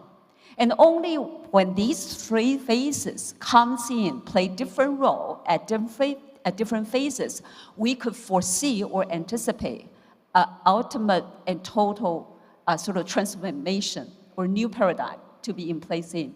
So I think if we come to appreciate the importance of and value of different stakeholders at different phases, we know how to play our role. For university, at least in our operation, we emphasize tremendously how we go out and to understand the immense need of different corporate sizes. For small and medium operation, the type of answer solution they will be useful for them will be very different for those sort of multinational tycoon and global operation. So to make sure our discovery and our innovation is applicable, feasible, affordable, and sustainable, it requires a better understanding from our part as well. And so that we make sure we outreach to the corporate sector, to really know the operation at the industry and side, so that our answers and our solution become more realistic and better received. From the policy side, Professor Wu, we know that to get the SDGs achieved, we need funding, and that funding isn't going to come from governments alone. So in that sense, what kind of levers do you think the government has to incentivize the private sector, as what Professor Su was mentioning? What do you think works, and what should policymakers and governments be exploring moving forward in order to generate the amount of funding that we need? There are some estimates that say we need $8 trillion per year from now until 2030 to get the SDGs materialized.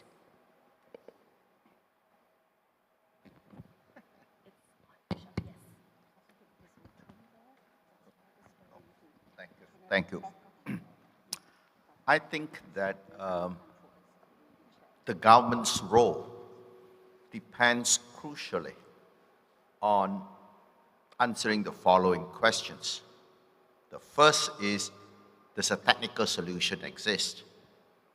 Then, if a technical solution exists, is it affordable? Then the third question is where the government comes in. What institutional changes can you make so that a technical solution can be produced? And what institutional changes you need to make in order to make it more affordable? So when the first thing is, of the 6 projects we have seen, 3 of them I think have high commercial possibility, such that the only thing of the government has to do is maintain peace and stability, and the 3 of them would do well. Specifically, the one I have in mind that would do well would be Julius Orr's project on insects as a source of protein. One thing that I think Julius has to think about scaling up his ambition. If you look at his range of products, he talks about, food for the cat and dogs. How about a bug burger? No, I'm very serious. I think it as a source of food, it is a cheap source of protein for communities that are malnourished, and it is also could be used as food supply in emergency situations, like in floods, refugee camps, and so forth. So I think there's high commercial possibility there. So the government, the only thing is, don't stand in the way. Then the other one that also has, I think, very good commercial application is Mr. Vibovo's project, because it accomplishes two big goals. One is, there's still areas in Malaysia where there's no electricity. And when you talk of green electricity, they say, take away my petroleum generator. I think that particular instrument, if it could be made to be something that is strong enough that you can drop it, it doesn't break. And it is easy to fix, and the parts are readily available. Actually, the mangrove project is something that would be commercially viable if there are institutional changes. Basically, what they are doing is they are adding carbon sinks. That means if there were a good global market on carbon credits, they should be paid just as a matter of their service contributions. So this is a case where the government has to play a role, and the role is not just local. It's true you want to set up a carbon market domestically. You also want to push the world to go and develop that particular one. And the government's role is not just to develop the market, the government's role is also to remind the developed world that you have promised us all this money to reach net zero emissions in the Paris Climate Treaty. And the only thing, you have not given us $1, the only thing you have given us is the finger. So, that is what the government's role is. Now I can go on more, but like the question of the government's role you talk about. The Philippines say that a person cannot be seen to be pronounced as sick from tuberculosis unless a doctor has certified it. Even though there are tests that can be found, where you spit into it and you can do a molecular test. Basically, there's welfare for the doctors, that kind of regulations, right?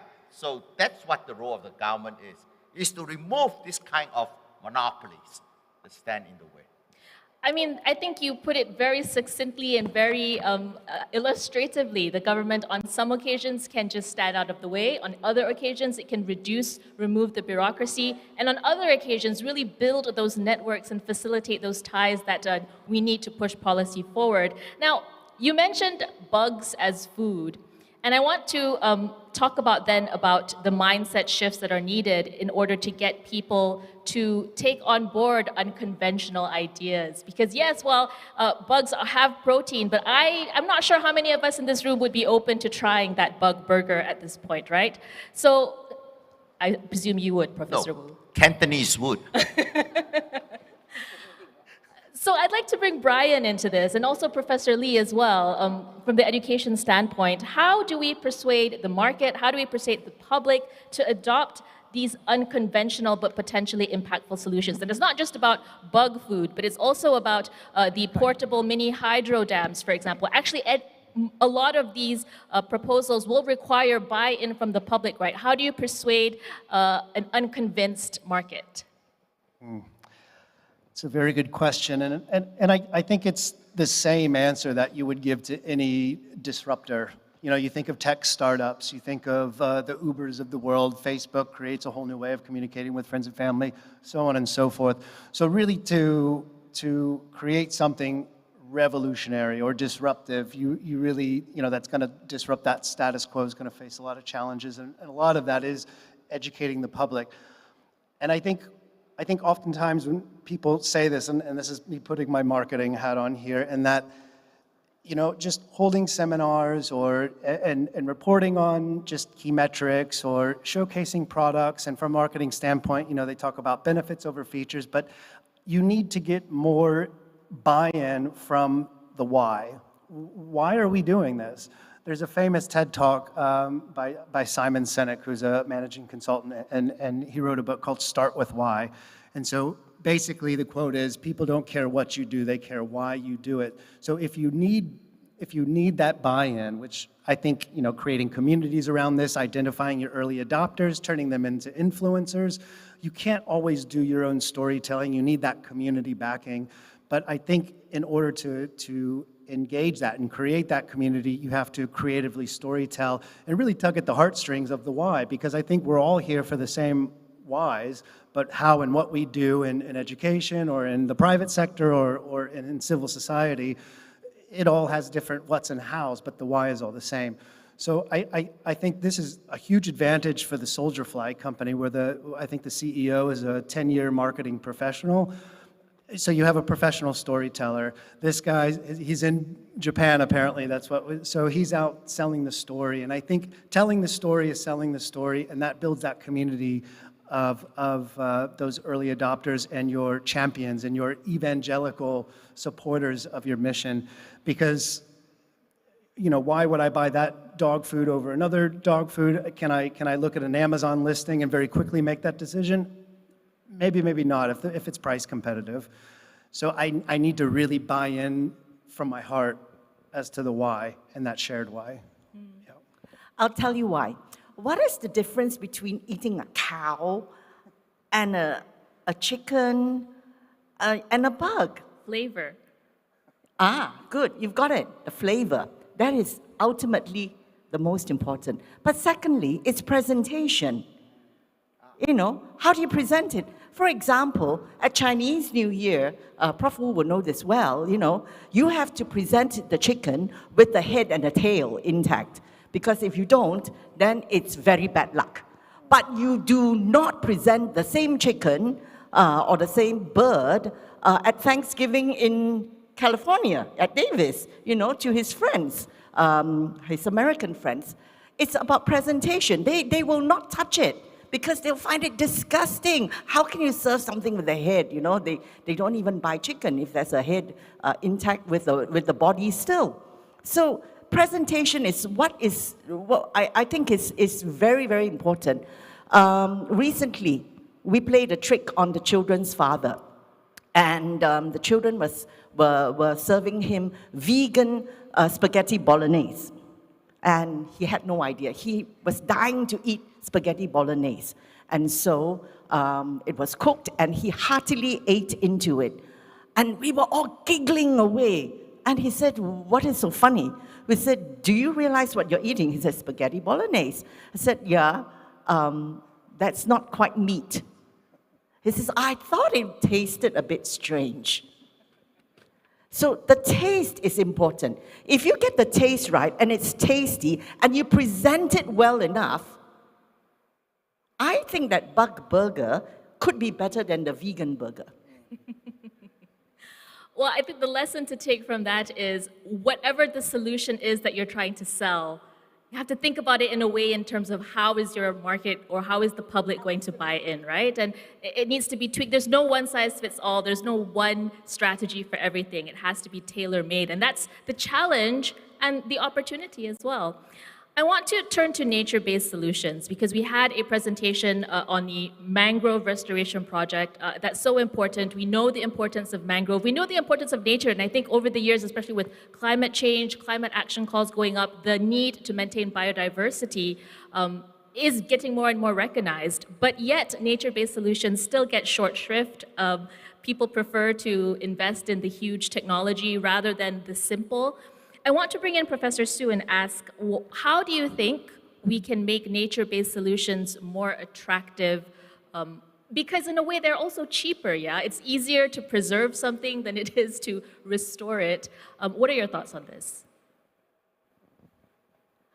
I think it's continue to bring the value set into the society, both with those who provide the knowledge as well as the audience you intend to either solve or promote those knowledge.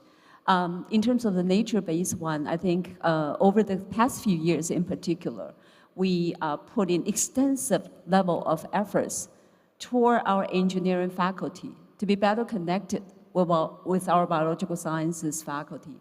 Through that, and even with our medical faculty. The idea is to realize that if we all agree there is only one Earth for us to share in the future, the diversity, the biodiversity itself is actually the critical origin of all the options that we see today. And then we don't have time to really go into the mechanism. But that level of better understanding, further understanding, and systematic understanding is critical for those knowledge generators. And once that particular set of knowledge is solid, is concrete, then it takes another skill set to really translate those knowledge into the level of layman understanding so that it can better promulgate into different sectors, regardless it's in a rural, urban, or the other sort of groups of different interests. We found it works. We found it works. So coming back to the issue, I think the greatest challenge of SDG goals, what makes it difficult is often it involves systematic understanding. It involves a solution that will cover the span of different domain knowledge and different skills. And to make it even more difficult is that you have to come up with a new understanding toward interface so that the answers could be together and could be comprehensive. So if we intend to tackle this new effort in the area of nature-based and all that, or more biologically oriented, I can see the scheme or the process would still be very, very similar. Going back to working hard on the solid science, making sure it's sort of support and sustain the argument of all sectors, and then bring up another skill set to translate it properly, effectively, eloquently to the parties of different backgrounds and different interests. And through that, probably will be the only way to harmonize the understanding so that the solution could be accepted by all sectors involved. And that's been our working experiences back home. We need more science communicators, more people to translate what that science is to the masses. I want to talk about transferability of programs, because all the programs were fantastic in their local context. How do we transfer that to a different country or to a different neighborhood, a different region? And Brian, what do you think needs to be taken into account when we want to transpose those solutions in different contexts? Yeah, well, very true. One-size-fits-all approach rarely works. But I think very simply, dynamic frameworking seems to be a methodology that's deployed in, you look at like circular economy, regional frameworks and such. So I think that could be a methodology that could be deployed, but really understanding what the core components of that would look like. So, you're looking at economic conditions, what does the legal and regulatory of a country look like. So I think creating something that can be dynamically used in it from a framework perspective would make a lot of sense. Yeah, I think that would be right. How do you go about that? Really just looking at it in a dynamic way and trying to think of it creatively and how it would fit in. Professor Lee, earlier we heard a presentation on how to reduce logistics and carbon emissions in a university campus kind of thing. I'm wondering, you mentioned about how would you incorporate that in Sunway University. I guess what are your thoughts in terms of the challenges or the opportunities? When you think about that presentation and how you'd incorporate it here, what would you do? Actually, when he brought that up, I just went personal, purely because we have all these wretched parcels coming to the university, to the campus, all the time. And, I see Evan Chia here. I have been running after Evan because of his pop box. And I said, give me more pop boxes, put them all over the campus so that these students can go and, because it's not about receiving the parcels and having the parcels with us. It's also getting the students who could take forever to come and get their parcels. And there's so many parcels, we end up having to do the work, and it's not very nice. So that's why, I treasure the pop boxes whereby, whereby the logistics guy has to actually put them into all the pop boxes, then tell the students which number the box is, and they go and retrieve their parcels that way. But of course, the sheer numbers are so great that we don't have enough pop boxes, and now it's even worse. We don't have enough space to put the pop boxes. That's the magnitude of the problem we are facing. So when it was said that, you pass it to the university, I said, aha, very funny. But having said that, I turned to Prof. Wu and I said, there's another way around it. I know about all these carbon emissions and you really want to minimize it. Most people go to work and they have to go to the office. So why don't you just send it to the office? And people then can retrieve, because that would be a common place to go to, because if you say go to the post office, then everyone will be going to the post office. But they have to go to work anyway. And while there are only so many universities you can send your parcels to, and it's only to young people and students, but the working adults, the working people are so much more, and hence, and the buildings that they work in, of course, are so much more. And so if you send it there, that could be a workable solution, rather than just the universities. And yeah.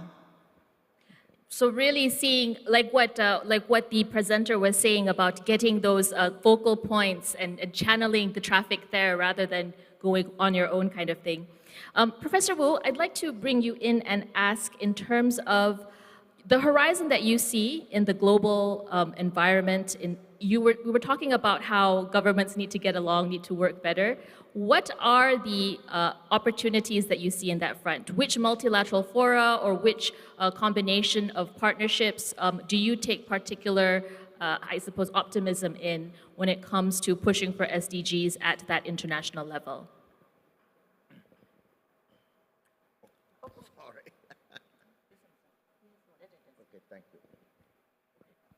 I think,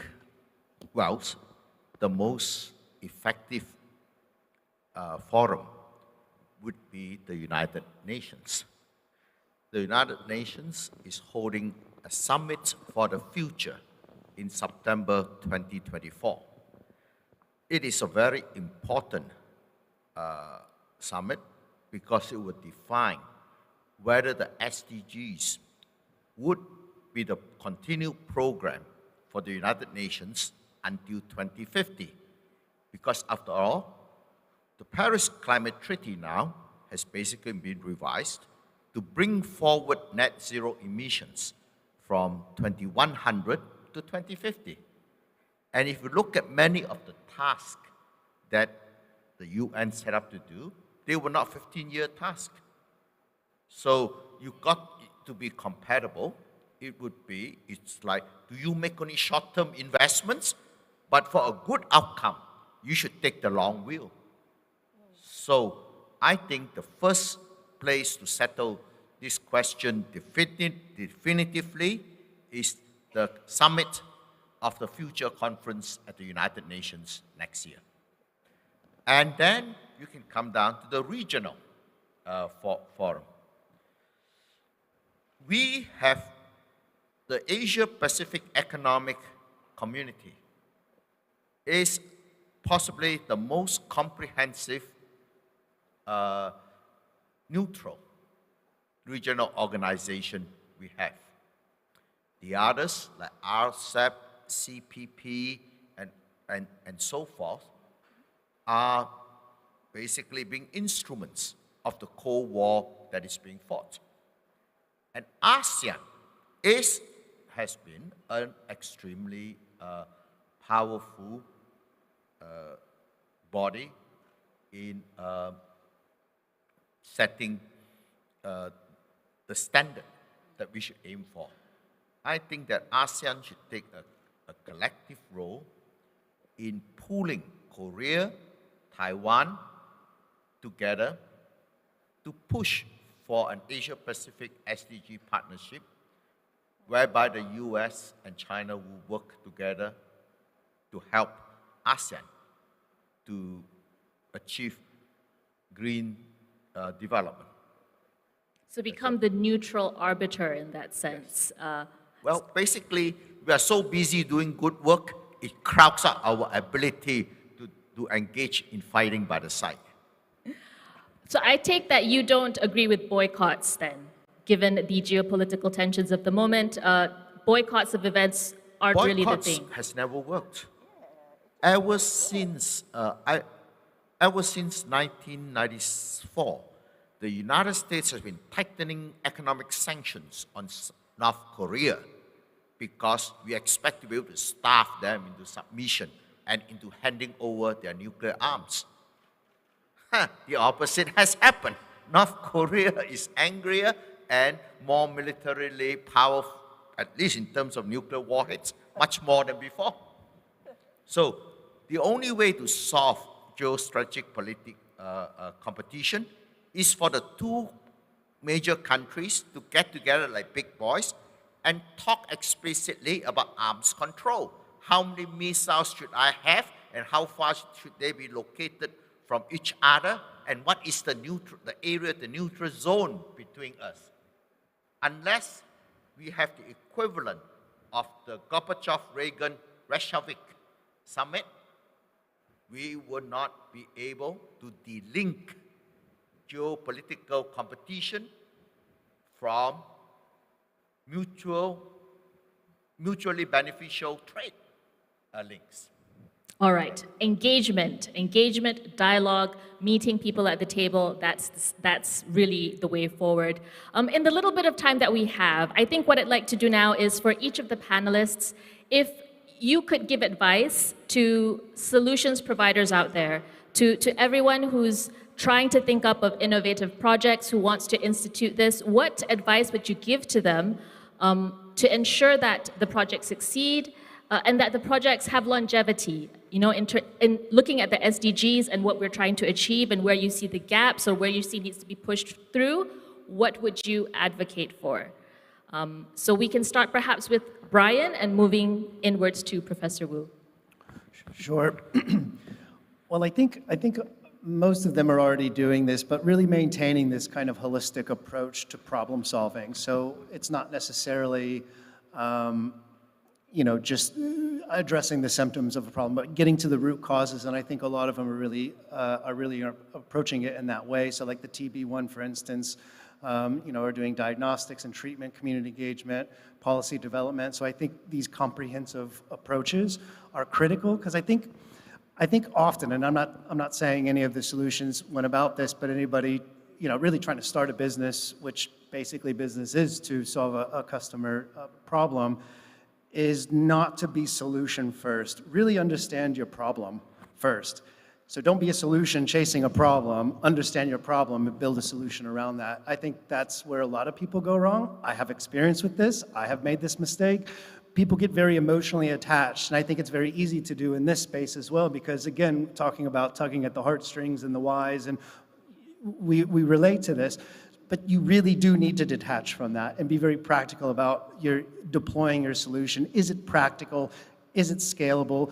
Is it truly transformative? And if it is, then you might have to pivot to some degree. Any business that has success is going to have a pivot and transition at some point in many different capacities. So there's that aspect. The other thing I would say, just from my own experience being a a solo entrepreneur at one point and failed is partnerships are key. I think again, this is from that holistic approach again, so really not deviating from that, and maintaining those strategic partnerships are key for long-term sustainability. And your own personal resilience. I mean, are you in it for the long haul? You can do a lot more damage, particularly around community-based solutions and really interfacing with people in communities who then you gain their trust, you deploy these solutions, and then maybe you disappear because the business model wasn't sustainable in the long term, which then for the long-term perspective of that community, they're not going to trust anybody coming in again. So really being honest about the problem and also that solution and not the other way around. All right. Professor Su. Let me try to be very brief. I noticed that you were given the reminder. I think first of all is seek the ultimate potential and possibility for public-private academic partnership. Because R&D is where the new knowledge, new technology, new possibility comes in. But it really takes public effort and private sector's sort of sustainable financial scheme to make things work.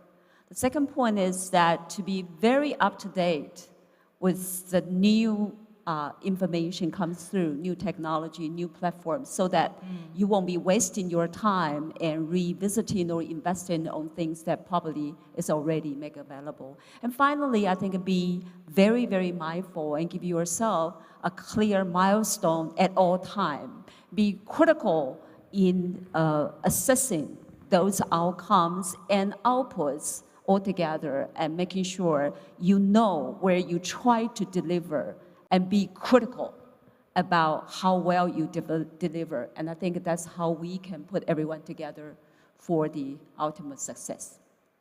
All right, I'm going to put a hold for Professor Lee and Professor Wu. This will be the finale comments. But I would like to take a bit of a breather and head on to the next item of our agenda for now. We do have one final speaker of the day, and I would like to introduce our final speaker, dialing in from Rome. It's Professor Jeffrey Sachs, President of the United Nations Sustainable Development Solutions Network, and the Tan Sri Sir Jeffrey Chia Distinguished Honorary Professor at Sunway University. I'm happy to pass him the floor for his remarks. Thank you very much. Great to be with you, and so nice to see friends on the stage. I assume everyone can hear me, and if not, just wave your hands. Okay, good. Greetings to everybody. We'll be in KL soon, but unfortunately, I couldn't be with you today, but we'll be coming in January for the next visit, and we'll see many of you at COP28. No doubt at the end of this month and early next month. Thank you for this great forum and the focus on solutions. Thanks as always to Jeffrey Chia and to Sunway University for your great leadership. I think it's obvious the world's getting pretty complicated. We have an overflow of transformations and disruptions occurring simultaneously. As you know, I tend to focus on three major transitions underway simultaneously right now. The first is the geopolitical transition. This is really the rise of Asia to global leadership, something that Asia knows well over a couple thousand years, but which was eclipsed during 200 years in which the North Atlantic region dominated the world economy in the first 200 years of industrialization. Well, we're in a basic transition now to a true multipolar, multi-regional world, and Asia, of course, is more than half the world's population and more than half the world's economy and the fastest growing part of the world. So this is the first transformation, and it's of course, a very big one because it's something that is changing the course of world history from the last 2 centuries. The second huge transformation is technological. The digital revolution accelerates. It was already the fastest technological transformation in history, but it's accelerating. And just this morning, there was news of yet a new breakthrough in chip making in China. You know, the United States was trying to squeeze China out of economic leadership by restricting the flow of technology to China, especially in high-end semiconductors. And what China's doing is just accelerating its own innovation. And today there is a new chip driven by photons as well as electrons. It's an ACCEL chip. Don't ask me too much more about it. It's called the all-analog chip combining electronics and light, and produced by SMIC, and apparently it's 3,000 times faster than the NVIDIA A100 chip, which has been so much at the core of the artificial intelligence breakthroughs of recent years. So the technology revolution is accelerating. And the third transformation is, of course, and crisis is the ecological crisis, climate change, loss of biodiversity, change of land use, deforestation, rising sea levels, and we're getting absolutely hit everywhere this year, which will be the hottest year perhaps in the last 10,000 years, and with major climate-related catastrophes all over the world. So these 3 transformations are a huge overload, and I think it's right to say that the wars in Ukraine and the war in Israel and Palestine is really in a way, a manifestation of this geopolitical change. I won't go into that at length, but these are wars in which U.S. outmoded policies have played, unfortunately, a real role in bringing us to these current calamities, and where we need a true multipolar world and a new geopolitics to make this work.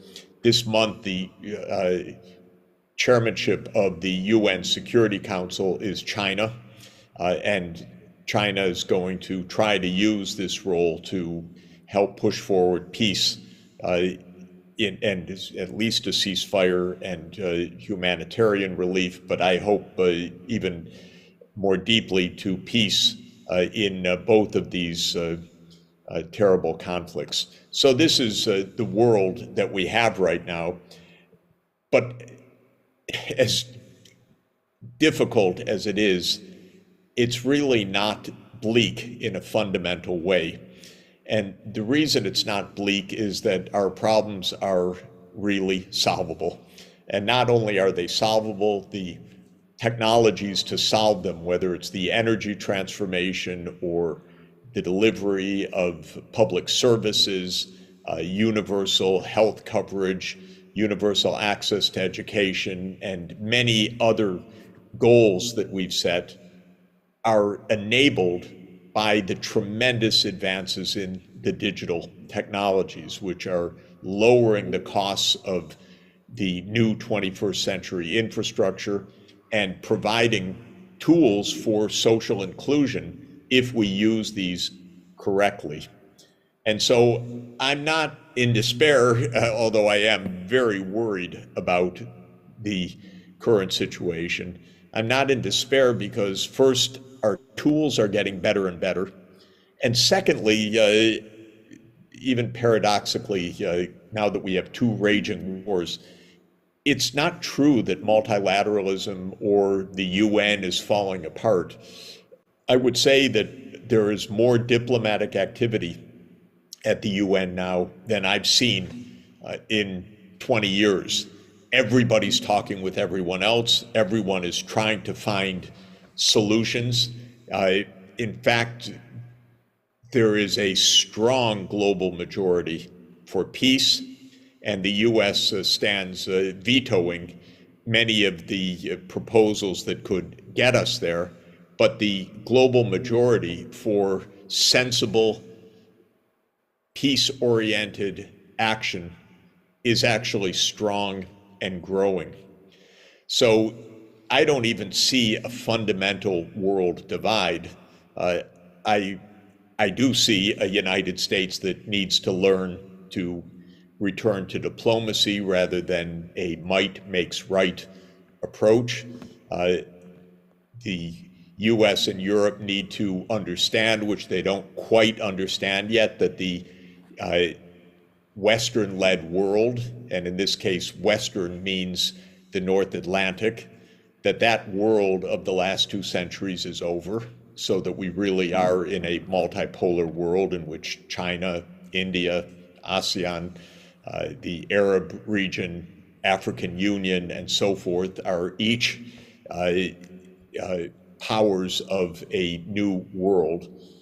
But if we can get to that kind of understanding, then I think the pace of deployment of solutions from local to global level that you've been discussing at this conference become truly possible. I'm very happy to say that the United Nations Sustainable Development Solutions Network, which of course has its Asia-wide headquarters at Sunway University, is extremely active day by day right now on all of the big issues. It's involved in every one of these major transformative issues. At COP28, SDSN will have, I think it's literally dozens of sessions during the 2 weeks of the COP. So people who are interested, please let us know if you're attending, and please come to many of the SDSN sessions. I'm in Rome now working with the Vatican. We have a strong partnership of SDSN with the Vatican, especially on education issues and on reform of the global financial architecture. So we're working very hard on that.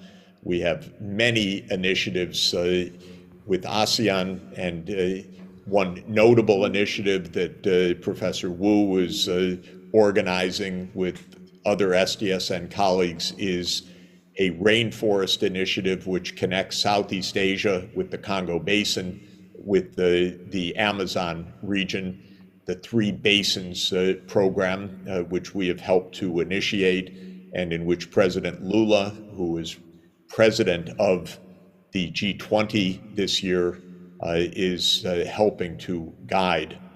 So all in all, let me just say that while the world is more challenged than I can recall in a long time, the possibilities of true solutions are also stronger than ever before. And if we can stop the worst of these disasters and return to diplomacy to end the fighting in Ukraine and the fighting in Israel and Palestine with the just solutions, and that's possible. If we can do that, we will learn when we redirect our attention that suddenly lots of things that seem to be impossible and out of reach will become absolutely possible and within reach.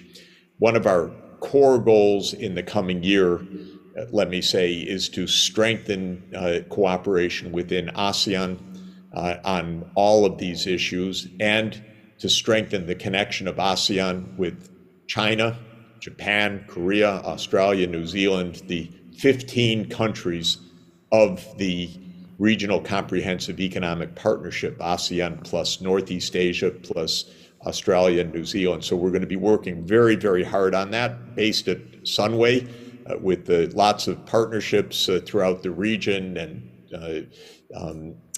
I'm extremely excited and gratified by all that we have possible during the coming year.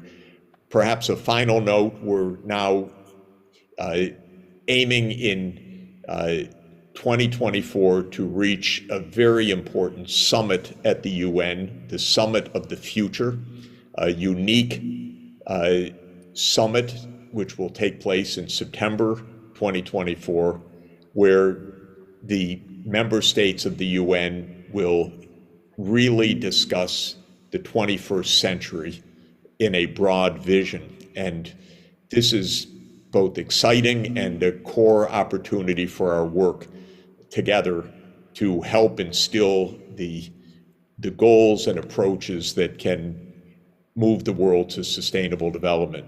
So a lot of interesting things ahead, a lot of excitement ahead, a lot of need for some urgent solutions to some very grave crises, but also a lot of opportunities for tremendous long-term problem solving. So thanks so much.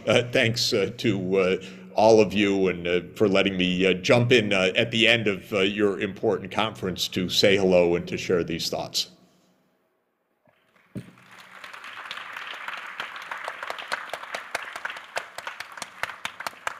Thank you so much to Professor Jeffrey Sachs, President of the UN SDSN, and also Tan Sri Sir Dr. Jeffrey Chia, Distinguished Honorary Professor at Sunway University, leaving us with a very important reminder that things may look bleak, but at the same time, we have the tools at hand to solve these challenges, as immense as they seem, and engagement, that is key really moving forward to make sure that we make progress on the SDGs. Now, earlier we heard from Brian, we heard from Professor Su on their advice to solutions providers. Let's wrap up our event with going to Professor Lee for her advice on what solutions providers need to keep in mind moving forward. Mine is quite simple. It's just, you have to begin with the self, with ourselves. Me, what am I going to do? It's so often in this whole sustainability journey, a lot of people would ask the opposite question, it's somebody else's solution, rather than what am I going to do? What am I going to bring to the table? And what little thing can I do? And how will it affect others? And that's important because we don't want to cause more trouble. And so ownership, I think, is the most important. And then the next thing would be, and to walk the talk. You must be seen to be doing it. And then at the same time, just like a religion, where you believe in it, you want to also tell everyone about it. You want to evangelize your journey. Thank you.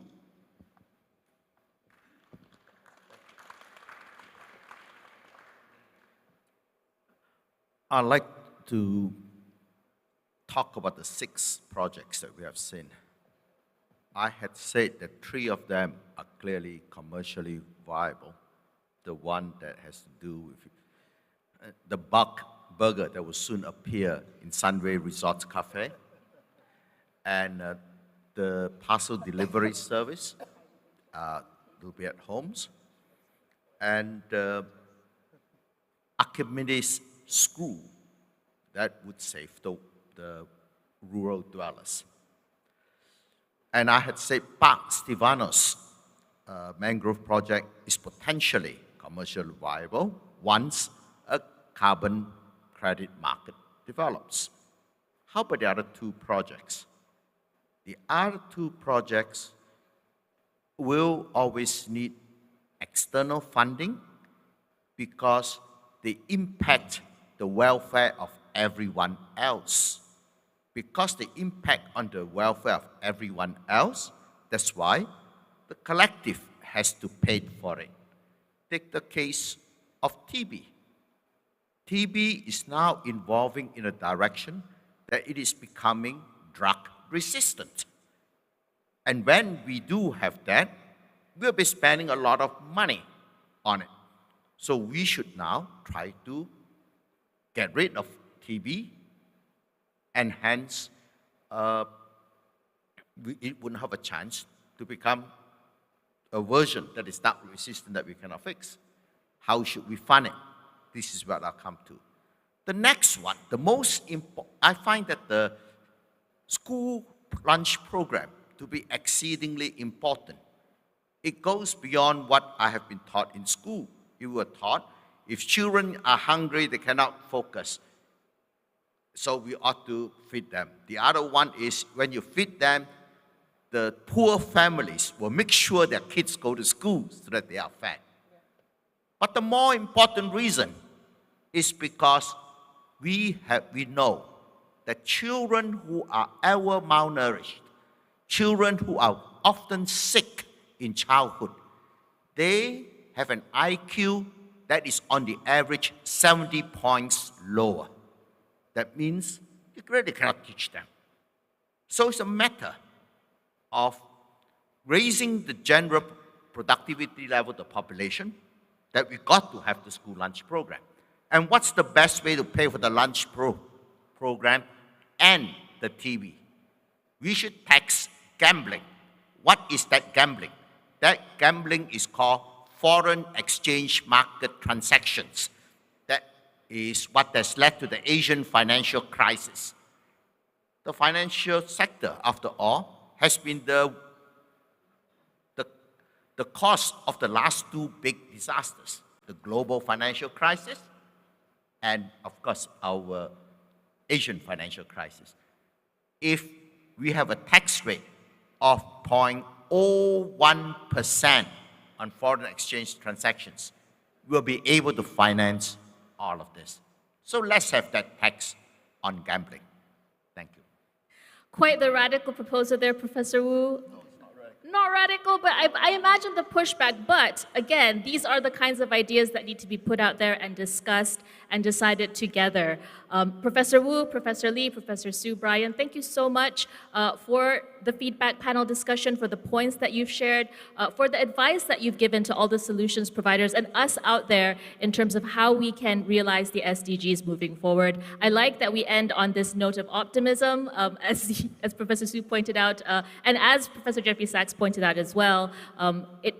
It's not bleak. There's so many opportunities and tools that we have to resolve this. With that, that does bring us to the end of the feedback panel discussion. Can I get a round of applause for all our panelists as well as all the solution providers who gave their presentations today? And with that, I'm going to hand over to the MCs of the event.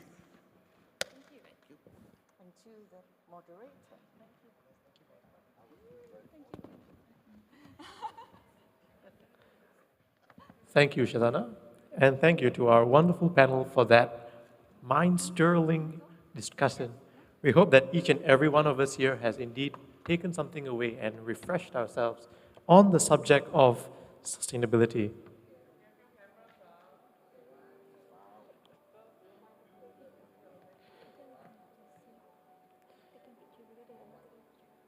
Yeah. Okay. And now we will also encourage our beloved guests to make their way to the back for our networking reception. Canapes are served at the back of the ballroom, and we look forward to seeing you at our next event.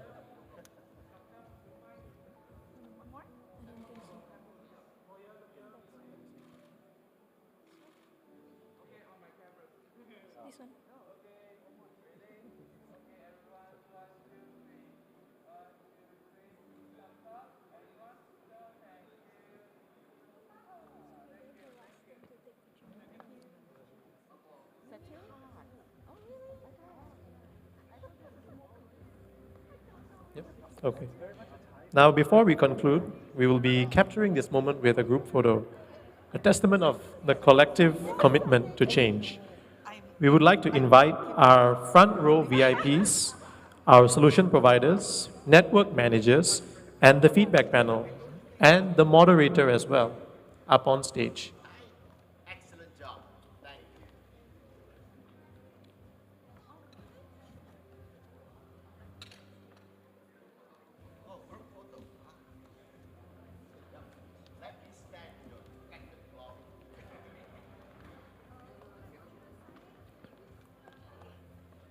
We would like to encourage all our VIPs to make their way up to the stage.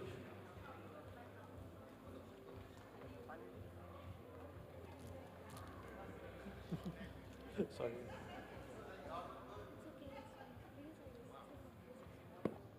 Can you move back a bit? Back. Okay, can one line? Okay. Okay. Perfect.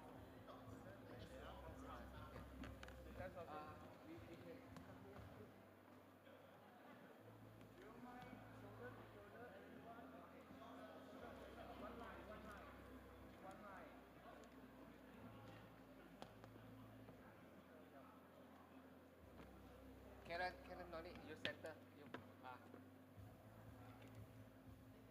Yes. Can. Okay. Center who? Here is the center. Maybe from. Karen, yeah. Maybe Prof can switch with Okay, Karen. Karen. Yes. Okay. Perfect. Was following the photo.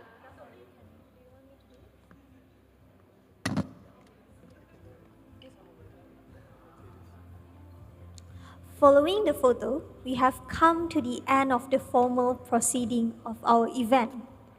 Before we move on to the networking reception, we would like to invite you to visit the booth on either side of the room. And back, you'll be able to obtain our solution providers, contacts, and more information on the work of SDSN.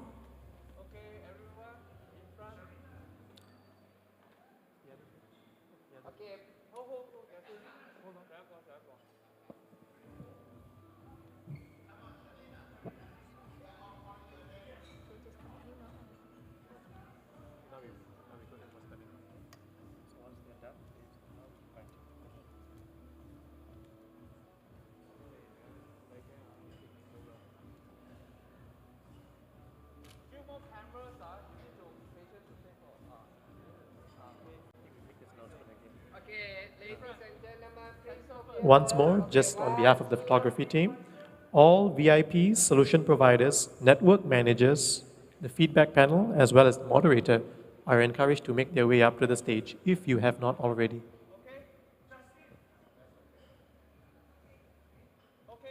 Okay. Everyone.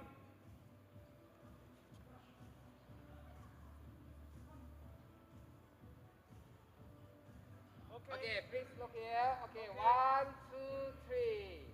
Again, 1, 2. Some more. Okay, 1, 2, 3. 2 more shots. Okay, one more thumbs up, please. Okay, 1, 2, 3. Okay, Brandon, your turn. Ladies and gentlemen. Okay, Brandon. Okay, look here, please. Sorry, yeah. Down now, video. Sorry. Okay, 1, 2, 3. Okay, again, please. 1, 2. Okay, thumbs up, please. Thank you. 1, 2.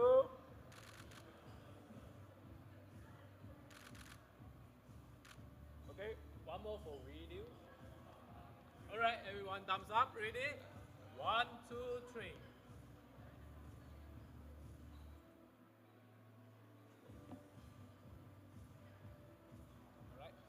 Okay. Thank you, everyone. Thank you. Now, we invite everyone to move on to the networking reception. Here, we can nurture connection, exchange ideas, and continue our mission to transform the world sustainably. As we close this extraordinary day, remember that every connection made is a step closer to a sustainable future. That's right, Winnie. Have a remarkable time at the networking reception. As I mentioned earlier, I'll say it once more. Canapes are served at the back of the ballroom. We look forward to seeing you at our next event. Until then, let us keep the flame of sustainability alive. Alpheus Lopez signing off. Goodbye, and may the ripples of our action today create a tidal wave of positive change of our world. Winnie signing off.